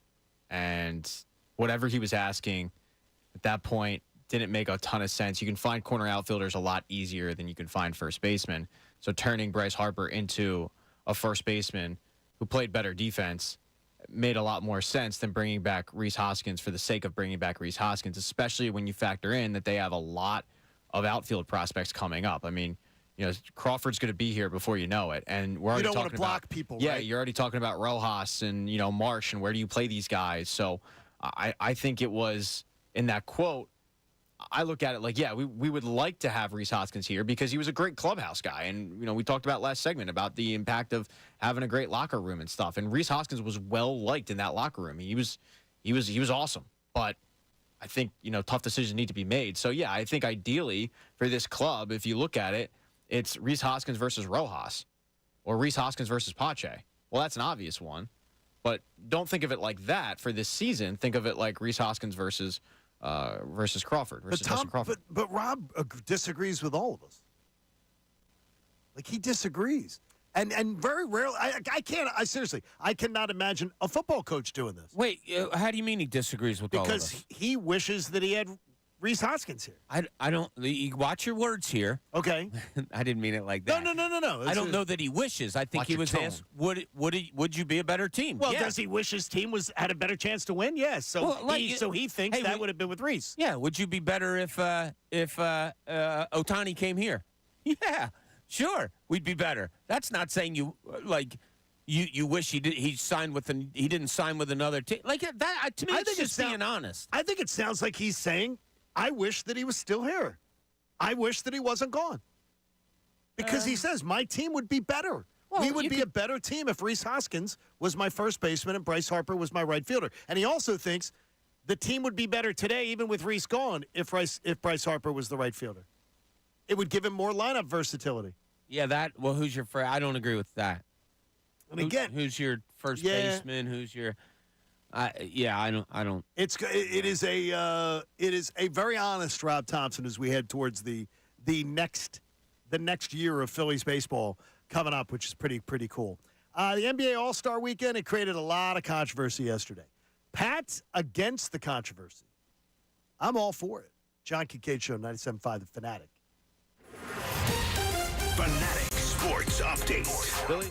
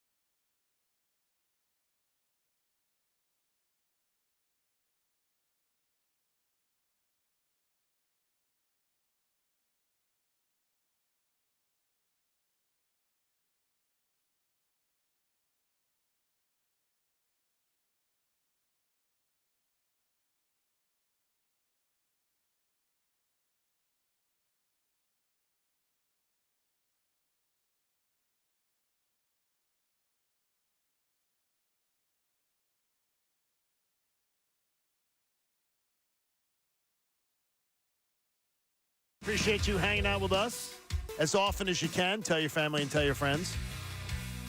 Be a part of the conversation every chance that you get. Been a interesting morning. Bouncing around. It's nice to have a little bit of baseball back. Everybody's all excited about it. Pat's bouncing off the walls already for baseball. 5 weeks till the opener. He's ready to go. He says, bring it on, coming up on Thursday. So I can feel it too. This is a great confidence year. Looking towards it, there should be nothing less expectation than you're just trying to go and win the National League East. Yeah, that's a great way to go. Yeah, it's a great way to start. Should be the goal every year. Fortunately, the last couple of years, it's been a reality that you can try to go and get it instead of just hoping to go and get it. But, yeah, good start this year, which has been a priority for Rob Thompson and the whole club. If that can come to fruition, yeah, they have the real possibility of making things interesting in the East. Rob Thompson's comments about the Phillies would be have a better team with Rhys Hoskins at first and with Bryce Harper playing right field. Creating a little bit of conversation here this morning. Jay joins us. Good morning, Jay. You're on the Fanatic. What's going on, y'all? How y'all feeling today? Hey, Jay. Doing all right, buddy. How you doing? Oh, I'm good. Kincade, you still ain't getting my hockey homework I asked you for, so I might have to flunk you this semester. Well, I don't want to do that. I'll turn it in on Canvas. You don't even know what Canvas is, maybe, but I'll turn it in. But I think what Thompson said, he was telling you the truth. They would have been better with Rhys Hoskins. So what I think they should have did. Do you think they should? You think they should have spent that kind of money though? Yeah, because I would have got rid of Schwarber. They'd have been a better fit if you got rid of Schwarber. Why? I can't. I don't know that I can give away 40-some mid-40s home runs over 2 years. Home runs and 70 RBIs. I think they couldn't trade. I think they couldn't trade Castellanos. And I do believe they tried to. I do believe they tried to get. If they had been able to get Castellanos, one of them should have been gone because Rhys is a better hitter than him. Of course, he's a DH, and like you said, Harper is trying to hide behind the organization because he was the one that said he wanted to play first base. Yeah, and a lot of people are responding in. Jay, thanks, buddy. Are responding in, Bob, saying that Harper did. That when asked. That it was sort of portrayed as when asked, and he says the organization came to him, but when asked, he said, I would like to play first base. Yeah, and I recall it as him saying nothing against Rhys. It's just they asked me, I told them, so that's where it is. So Castellanos and Schwarber, that would require trades and keeping Hoskins in front of them. I would absolutely have dealt Castellanos, kept Rhys, and put Bryce in right field. I mean, it's if you could, but I don't think they could get anybody to take on the $60 million. What was it, 60 or 75 million left on Castellanos' deal? Yeah, probably something like that. I don't think they could find anybody that would be willing to take that, especially coming off of the 0 for 32 or whatever it was at the end of the playoffs, the worst playoff drought ever for a player after he had played so well against the Braves. He was so amazing in that Braves series. They got a lot of guys that went into a slump at the wrong time. But it's I believe that's what they would have preferred to do. Get somebody to take Castellanos off their hands, keep Rhys, put Bryce in right field. Maybe. I don't know what their feelings was about Hoskins at first. You've brought it up many times about bit of a butcher. Bit of a butcher. Yeah, so maybe they were done with that, the contract that we talked about. I don't know. I don't know. It's murky though, the things that are being said now that compared to what was said before. But I don't disagree. They're not on the same page. Yeah. At the very least, what Rob Thompson believes, what Bryce Harper believes, what the front office believes are different, because they all have spoken. They've all spoken on it. So they're not on the same page as far as what they should have done or could have done. Yeah, I don't disagree with Rob Thompson again, that if Hoskins was here, yeah, you would be a better team. Did you catch Adam Silver at the NBA All-Star Weekend? For enough time to say to my wife, Or turn no, it off? I'm sorry. My wife said to me, "My God, that guy looks more like an alien every time the TV comes on." And nothing against Adam Silver. There's a Disney. Well, no, but we can say this because we're beautiful men. There's a Disney cartoon. Is it? I think it's Disney. Megamind. Pat, have you shown Jack that movie? It's DreamWorks. That's DreamWorks. It might be DreamWorks. He looks like Megamind. Is that right? And he's a comedic villain. Okay. Like a comedic villain, but he does look like him. He says the NBA very likely is going to expand by 2 more teams. I can't think of a sport that less needs to expand than the NBA. I mean, the NBA does not need 2 more teams. The NBA begins, and a month into the season, 10 of its franchises are absolutely just either trying to hide that they're tanking or doing something, and add 2 more? I agree with you, but there is one reason for this. Is this cash, Pat? Always about. Well, it's always about cash, but I'm not even talking about that. What's that? They want to tap into the Las Vegas market. Yeah, they want Las Vegas, And reportedly, and Seattle. You saw the NHL do it. You saw the NFL do it. Right. You're seeing Major League Baseball attempt to do it. So for the NBA, they're going to see all that money go out the way. They don't want to do that. Seattle has long been rumored because the Supersonics moved to Oklahoma City, and it kind of left them with a void. But you're seeing what Seattle has done, not only with the Kraken, but also with the Seattle Sounders, the MLS team. That the support there is massive. Amazing. So you already basically have like 2 built-in markets you can put teams at. It makes a lot of sense to me. The problem is you're going to have to restructure a little bit because those are 2 West Coast teams, which means some West Coast teams coming over here. You know who's one of the big owners of the Seattle Sounders, Pat? And it would make Bob hate the team. Oh, man. Bob would hate the team because of it. The owner of the owner. Who the owner is? Yes. One of the biggest that- owners of the team. I find Bob that hard to believe. He does not like how the guy makes his money. Drew Carey.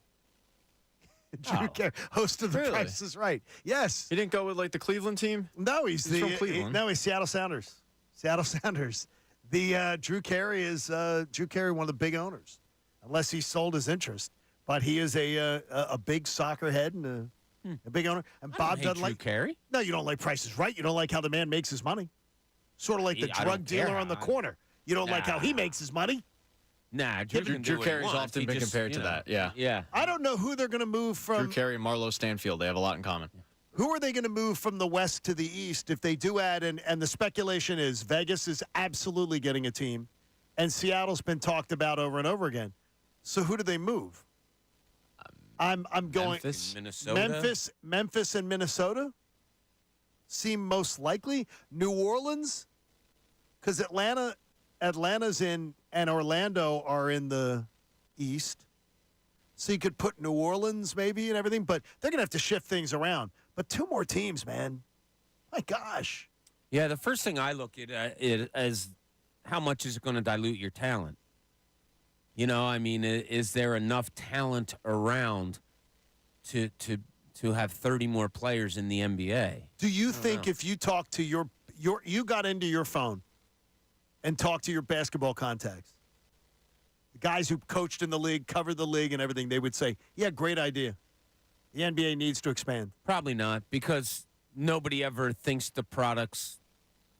No, probably not. I can't imagine it. No. Then it's a cash grab then. Oh, by sure the it is. league. Yeah, I mean, Absolutely. it's like they're going to. they only have 30 teams. So 32 seems to be the popular number now, right?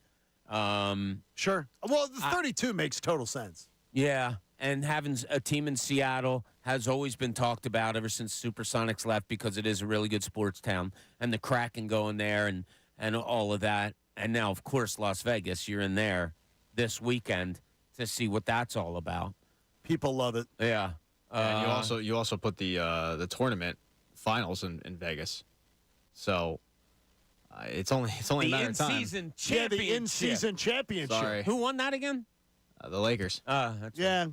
Well, Remember how important that was? the All-Star game, though, it was weird because the in-season tournament had a lot more competitive quality to it than the All-Star game. And it was interesting, Pat, I think you had a tweet yesterday. You don't understand people complaining about the All-Star game. I don't, yeah. And how bad it was. Guys like Van Pelt getting called boomer because of it. The commissioner was furious, supposedly.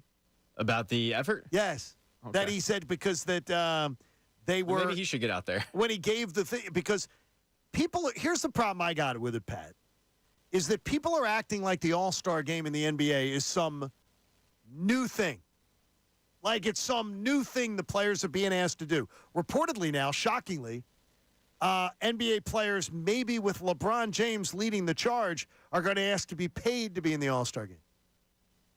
That there's compensation for going to All-Star weekend. It is above their contracts. To me, this isn't something new. The All-Star game's been around forever, and it used to be a really, really entertaining product. Well, just because it's been around forever and just because it used to be an entertaining product doesn't mean that it should remain and that it is an entertaining Well, why product. shouldn't it remain? I would argue, why should it? Like, the argument of it's always been around, why should it? I mean, the NFL got rid of the Pro Bowl. Yeah, like, what's the benefit of doing it other than the cash grab? I don't really see a benefit of it. I mean, especially if players are going 30% speed, I don't blame them for doing that. But why would a player all of a sudden now decide that when they make the All-Star game, when, as Bob's talked about, when the guys that, even for this generation, the guys who built the NBA for this generation, played it like it was a blood sport when it came down to last 7-8 minutes, I want to win this thing. Now it's this is a hassle. This is something that doesn't benefit us. It is. I mean, I don't want to go places where I'm not paid. It's like, wait, I'm being rewarded that I have to, instead of getting a break, I have to get on a plane and go, and I'm supposed to act like I'm like working hard here. Like, I don't want to really be doing this. As I said yesterday, Scotty Barnes, Tyrese Maxey, the younger players, yeah, it's exciting for them. For the LeBron Jameses of the world, I mean, at that point, the All-Star next to your name on Basketball Reference is for legacy. But to actually go through the game, I don't blame guys for going 30%. I really don't. I mean, the game doesn't count. The competitive nature you talk about with the in-season tournament, you saw that because the game actually mattered in the standings. This game doesn't matter. So were the guys dumb for doing it 10 years ago, 20 years ago, 30 years ago? I would say that, risking injury, I'd say you're dumb. In a pointless exhibition game going hard? The idea of risking injury is completely, though, disproven because they do not have a long history of guys getting injured. It doesn't matter, though. I mean, just because you don't have a long history doesn't mean that going hard. There's, no history of it. Okay, they haven't been. I mean, Bob's talked about it. Everybody was having fun and all that until, last 7 minutes of the game? You talked about with Kobe and... Yeah, but it wasn't 211 to 180. But the odds are, if you have guys going full speed for the entire game, you're going to eventually have an injury. And the games that you're talking about, they weren't going full speed until the last couple of minutes of the game when competitive nature came in. So if you have guys... But they were they resembled an NBA game. But, what does it matter? I mean, we don't watch it anyway. I can't get mad at something that I'm not going to watch. I used to watch it. Whether it's competitive I used to or not. like watching it. I watched it when it was competitive, when the players actually gave it to then I'm in the minority there because I was never going to watch it. Well, you talked about... I'm sorry. Does it go to the passion that players might have now or not have? Like back in the day, like I told you the story, one of my first All-Star games, Kobe and LeBron started going at it. And it was weird. I saw a clip of it on TV this weekend of the two of them going at it. And it was awesome. Do players not have that passion anymore? Do they not have that competition in them anymore? Is it all about something else? I think generationally... Is there not an honor? Yeah, that you're voted to an All-Star game? Do you not owe it to your fans to go out and play, to the people in Indianapolis that paid top money to go to that game? The game, and I'll tell you firsthand from being at so many All-Star weekends, the game is so anticlimactic. The weekend is the part of the All-Star. By Sunday night, it's over with, and then these guys just have to go play a game. Well, Pat, you were bringing that up too about the All-Star and the skills competition and everything. You're saying, we don't watch it, but the younger generation is interested in it? I don't think the All-Star game at this point is for us. And I'm including myself in that. Okay. Who's 34. I don't think it's for our generation. I think the All-Star game is being used by a lot of leagues to build the younger generation. I'll use the NHL as a prime example of that. I think their skills competition is one of the best in the world. By the way, they had guys going, I wouldn't even say half speed, 10% speed. Kucherov was, I think, absolutely blitzed her in his performance. But for the most part, you have exciting skills competition, and you've got younger people running to watch it. But, gentlemen, where are they watching it? Where do you watch the All-Star game? They're watching on highlights. They're watching on their phone. And I think that's all this league cares about. is they're able to take these games, these highlights, these skills competitions, they're able to package it, put it out on social media, and that builds the younger generation. Because the younger generation isn't going to sit there and watch an exhibition. They're just not. It's the day and age of instant gratification. They're not going to sit there and watch 211 to 186 three-point competition. Like they reflect, though, what you're saying is, though, they're reflecting the attitude of the players that are being asked to participate in these games. A little bit, but I think that they'll watch, and this is how I ended up seeing a lot of the All-Star highlights. They're watching it via Twitter, via TikTok, via Instagram. So they're just watching highlights. I think the league is marketing it as such. Like, I think the league is looking at this as, one, a cash grab, because as Bob talked about, Indianapolis fans will flock there. Every All-Star game that goes anywhere, it's selling out. You're never going to have problems selling tickets to an All-Star game, no matter how bad of a product it is or not. So they're getting it for a cash grab, but also they're getting it to put their stars on display on social media that will eventually, they figure, pay dividends with a younger demographic that might not be sitting there and watching a full four-quarter basketball game, but might go, oh, my God, I can't believe Mac McClung did this. I can't believe the three-point competition between Steph Curry and I apologize, I forget her name. They'll put that. And the NHL did the same thing. I mean, the NHL, yes, thank you. The NHL putting most of the highlights of 3-on-3 tournaments, they'll put it on social media. The only thing is, though, is that the commissioner, I wish I had the audio for you. I'm sorry I did not pull it. The commissioner, when he gave the trophy, he's pissed. He's pissed about the effort. He's pissed about the lack of attention, that the players don't care about it. So when you're saying this is what the league wants. No. What do you mean? I'm not saying that the product that you guys watched, the game, is what the league wants. I think the league would like a competitive game. I think the league would ideally want, guys going at it. So they could have the highlight. Like I saw the MJ and Kobe highlight of Kobe talking about facing MJ at the All-Star game and two alpha males going at it, and you couldn't intimidate. They want that.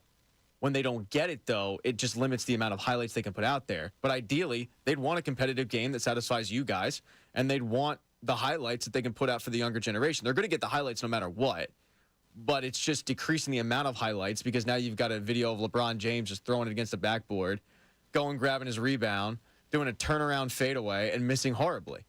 Does it say something about today's athlete? I'll take it in a little bit of a different direction. Do you think Michael Jordan, Magic Johnson, Larry Bird, those guys would have allowed a game like this to happen? Never. Now, it's easy to say that, but... Right, Larry Bird talked to the players pregame. I know. That's why I brought him up. Bring effort. Yeah. Compete. Act like you care. That's literally the message he told them because he knows that they don't do it. And he would want that. His generation would want that. Jordan would never play in this crap, ever. Would he tolerate this? I mean, he never would. No, and I don't disagree with what you're saying. I just think now it's more of a business than ever. And players are like, yeah, okay, this is great. I'm an all-star. Yay. I can use it in contract negotiations, but what am I doing here? I'm not getting paid. Like, I'll tell you right now, if the bosses come to me, you and Bob, and say, all right, we want you to do a show, and it's going to be 4 hours. Wait a minute. And you got to travel 5 hours away. Let's do a real thing. Okay. The Radio Hall of Fame wants to put you in the Radio Hall of Fame, and it's in Las Vegas, and they're flying you, giving you first-class accommodations, first-class airfare for you and your family to come out to the gate to come in. That's a little different. That's the comparable. No, it's not comparable. They're not paying you. No, because you're not going in the Hall of Fame. The comparable would be that I'm used to the lifestyle of first class. You're being named one of the all-stars nationwide in radio. No, in radio. Yes. Of that year. But keep in mind, though, that for me, I've been named an all-star in radio 12 years in a row. See, I didn't realize that. I missed that rating. Yeah, you look. Go to BarrettSportsMedia.com. You'll see the write-up. Okay, they did a lovely little expose. I can't believe Radio Ink magazine didn't do it as well. I'm sure Joe Bell will email around. Expose. But if you've done it, if you've been an all-star 12 times for radio, and every year the boss says, "Hey, you've been an all-star. This is great. Go out. We're not going to pay any extra money. Go out and do a 4-hour show live from there." The first year it's going to be cool, and the second year you're like, And then the third year, you're like, wait, I'm not doing this for free. Okay, but this is the way it was for players of every generation forever. But that's the old school mentality of, like, then why do you need free agency? Because the old school of, well, you don't need free agency. I mean, we've been paying you guys, and this is how we've done it forever. Like, this just because is the you've done it All-Star. forever It's the doesn't mean you exact can same improve. situation. But you can improve. Like, you don't have to do it just because we've been doing it. Well, no, they just destroy it. Well, I mean, but ultimately, what are we losing? I mean, I'm not going to pine for the All-Star game if it went away. Well, I don't But think that's just the me, though. I money mean, comes into it. I'm different in the sense of, like, I don't give a rat's ass about games that don't count. So there's plenty of people, I'm sure, that would agree with you guys that would end up pining for a good All-Star game, because the reality is there's nothing else going on that weekend. I mean, the NHL put the Stadium Series, and they did it because of the fact they could go against a poor product in the All-Star game. But other than that, if you don't like hockey, your options were a bad All-Star game or college hoops. That was it. So I think there's going to be a lot of people that agree with you guys, but for me, I'm like, if they took away all the All-Star games, I wouldn't care. Okay, I mean, in its heyday, the All-Star game used to triple the rating of what it is today. 90s, early 2000s, it would triple what it gets today in people that are willing to view it. The game itself, not the festivities, even though the dunk contest and stuff like that was better. And the game itself used to be at a good time. It used to be on a Sunday afternoon or like whatever. 5:30. Now it started at 8:40. It's ridiculous. It's ridiculous. 8:40 on a Sunday night. I didn't watch 1 second of it. I told you guys that. Yeah. It pulls you in. I want to hear what Rob Thompson had to say, Pat, about his new acquisition, Whit Merrifield, and about Kyle Schwarber hitting leadoff. Where you're thinking about putting him in the lineup. I have no idea. I'm sure you've thought about your options. There's many. You can put him at the top, bottom. I mean, you haven't thought about where he might fall in. He could fit anywhere, really. You know, it just depends on who you're going to take out of the lineup on any given day. So he's hitting the top of the lineup. He can hit at the bottom lineup. You know, but I like to. If you know me, you know that I like to have sort of a consistent lineup, and he's a guy that. If you gave Schwarber a day off, he could lead off. If you gave Stott a day off, he could go right into Stott's line, and everybody stays the same. So he's pretty flexible that way. You're done talking about the lineup there. I heard with Eskin talking about Schwarber at the top. Schwarber's the leadoff hitter. I don't know. I really don't. So you don't know if Schwarber's. No, I mean we've had one workout. So I mean. I haven't decided on what the lineup's going to be, and it's going to be a conversation with a lot of people as we come down to the end of camp. Okay, lie detector. Rob Thompson. Yeah, did you guys hear it? Yeah, he contradicted himself. Yep. Yes. Come on. It is my biggest fear, and I talked about it, that Rob Thompson doesn't learn from his mistakes or doesn't adjust. He's married to whatever his philosophy is, and that's just going to be it. And the idea that he just contradicted himself in a matter of a couple answers. Well, maybe he's thinking about it then. Schwarber has been your leadoff hitter the last 2 years. So then he starts out by saying, so if he's in for Schwarber, he can hit leadoff. And then when he's asked about it, he's like, well, no, we haven't. We haven't decided yet. I meant because Schwarber has led off the last couple. I thought the first question was kind of silly. Where are you going to put a backup player in the order? Well, because of where does he? Because they say that he's going to get plenty. That was what Dave Dombrowski had followed up on. Dave Dombrowski being asked, well, we like this guy's versatility because we can get him. We gave him a role where he's still going to get a good amount of playing time because of his versatility. So then they're asking Rob Thompson, well, where do you fall on that? Yeah. Where's he going to be? It does surprise me a little bit that. I do not believe for 1 second that Rob Thompson is saying, yeah, it's up for grabs where Kyle Schwarber bats in the lineup. I don't believe it for 1 second. I think he knows exactly where he's going. I think he knows exactly where he's batting. Well, the weird thing is, like, I don't know. We've only had one workout. Your lineup has you have the same players as you had last year. Like, it's not like you don't know who they are. Right. He said conversations will have to be had. I'm sure it might have been the number one discussion besides adding players or subtracting players to this organization. Well, the number one topic of conversation this offseason may have been just that. Where are you going to bat Schwarber this year? To play devil's advocate with this, and I agree with what, John, you said. I think Schwarber's going to bat leadoff. I need to get my head around it. I'm not going to ever agree with it, but it's going to happen. Yeah, beat our head against the wall. You know, and Bob, you brought up, well, they're coming back with the same team. They are, but in a way it's different. Like, Bryce Stott, if he can improve. Who?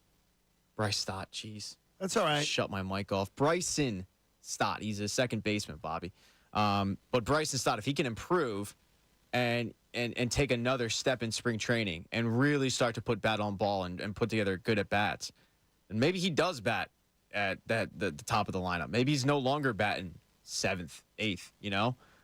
Maybe Rojas can move in there somewhere. Like, I don't think it's a foregone conclusion that the lineup is just set based on what it was last year, because you're figuring some of these younger players like a Bohm, like a Stott, like a Rojas maybe they can show the manager something where they bump up the lineup and maybe bump down a guy like Castellanos, who in the playoffs was batting like 7th. Maybe. Now, I tend to agree with you guys that it's going to be the same lineup we saw. I don't. I'm going to go out on a limb. Are you really? I am. Bob is on a limb. I think it gets changed. By the way, John Kruk, Pat, a really interesting follow on Twitter. I love his stuff. Says, Egan's. Well, yeah, it happens. Well, John's he is somebody who obviously is very adept. He says the All-Star game should be competitive. These guys should care. Pat wasn't saying that. Well, I guess you were saying that, yes. I don't blame it for not being competitive. I agree with you. That's my point. I don't blame it for not being competitive. I guess for you guys that watch it, I'm not ever gonna watch it, but for you guys, yeah, ideally. But I don't blame the guys for going 30% speed. Jason says maybe the NBA should move the All-Star game to 3:00, not 8:30. Yeah. And he says if the All-Star activities are for younger generations, don't start them at 9:00 at night. Well, keep in mind what I said. The younger generation thing, the All-Star, I'm saying they're putting it on social media. The next day, the kids are seeing it. Now, I agree with you guys. You got to keep in mind though where the All-Star game was. It's on the West Coast, 5:00 over there. Maybe that has something to do with it, you know. But I'm saying they'll put it on social media, and that will go. Those highlights will go viral, and live on social media for a demographic market the sport. Yeah, a demographic that they know probably won't be watching anyway. Like if you know that a demographic isn't coming to your restaurant, then what do you care about marketing to them? Right. So you probably don't. I just feel weird about the players of a generation not caring about building their sport the way that every generation before them did. Well, but do they have to market their sport? Do they have to build the sport because they're they don't have to because of the fact that other generations build it for them. Maybe they're smarter than we are, knowing that kids who you're building to like what happened on Sunday way more than me and you did. Yeah. And that's who they're gearing towards. Hey, support life-saving cancer research. Join us and our generous partner, David Auto Group, David Kelleher and the gang over there, and make a donation to the American Association for Cancer Research. You can do it today at 975thefanatic.com/AACR because cancer research saves lives. Ray Dunn's going to take you through the middays. The best show ever is going to be waiting for you this afternoon. Don't miss it.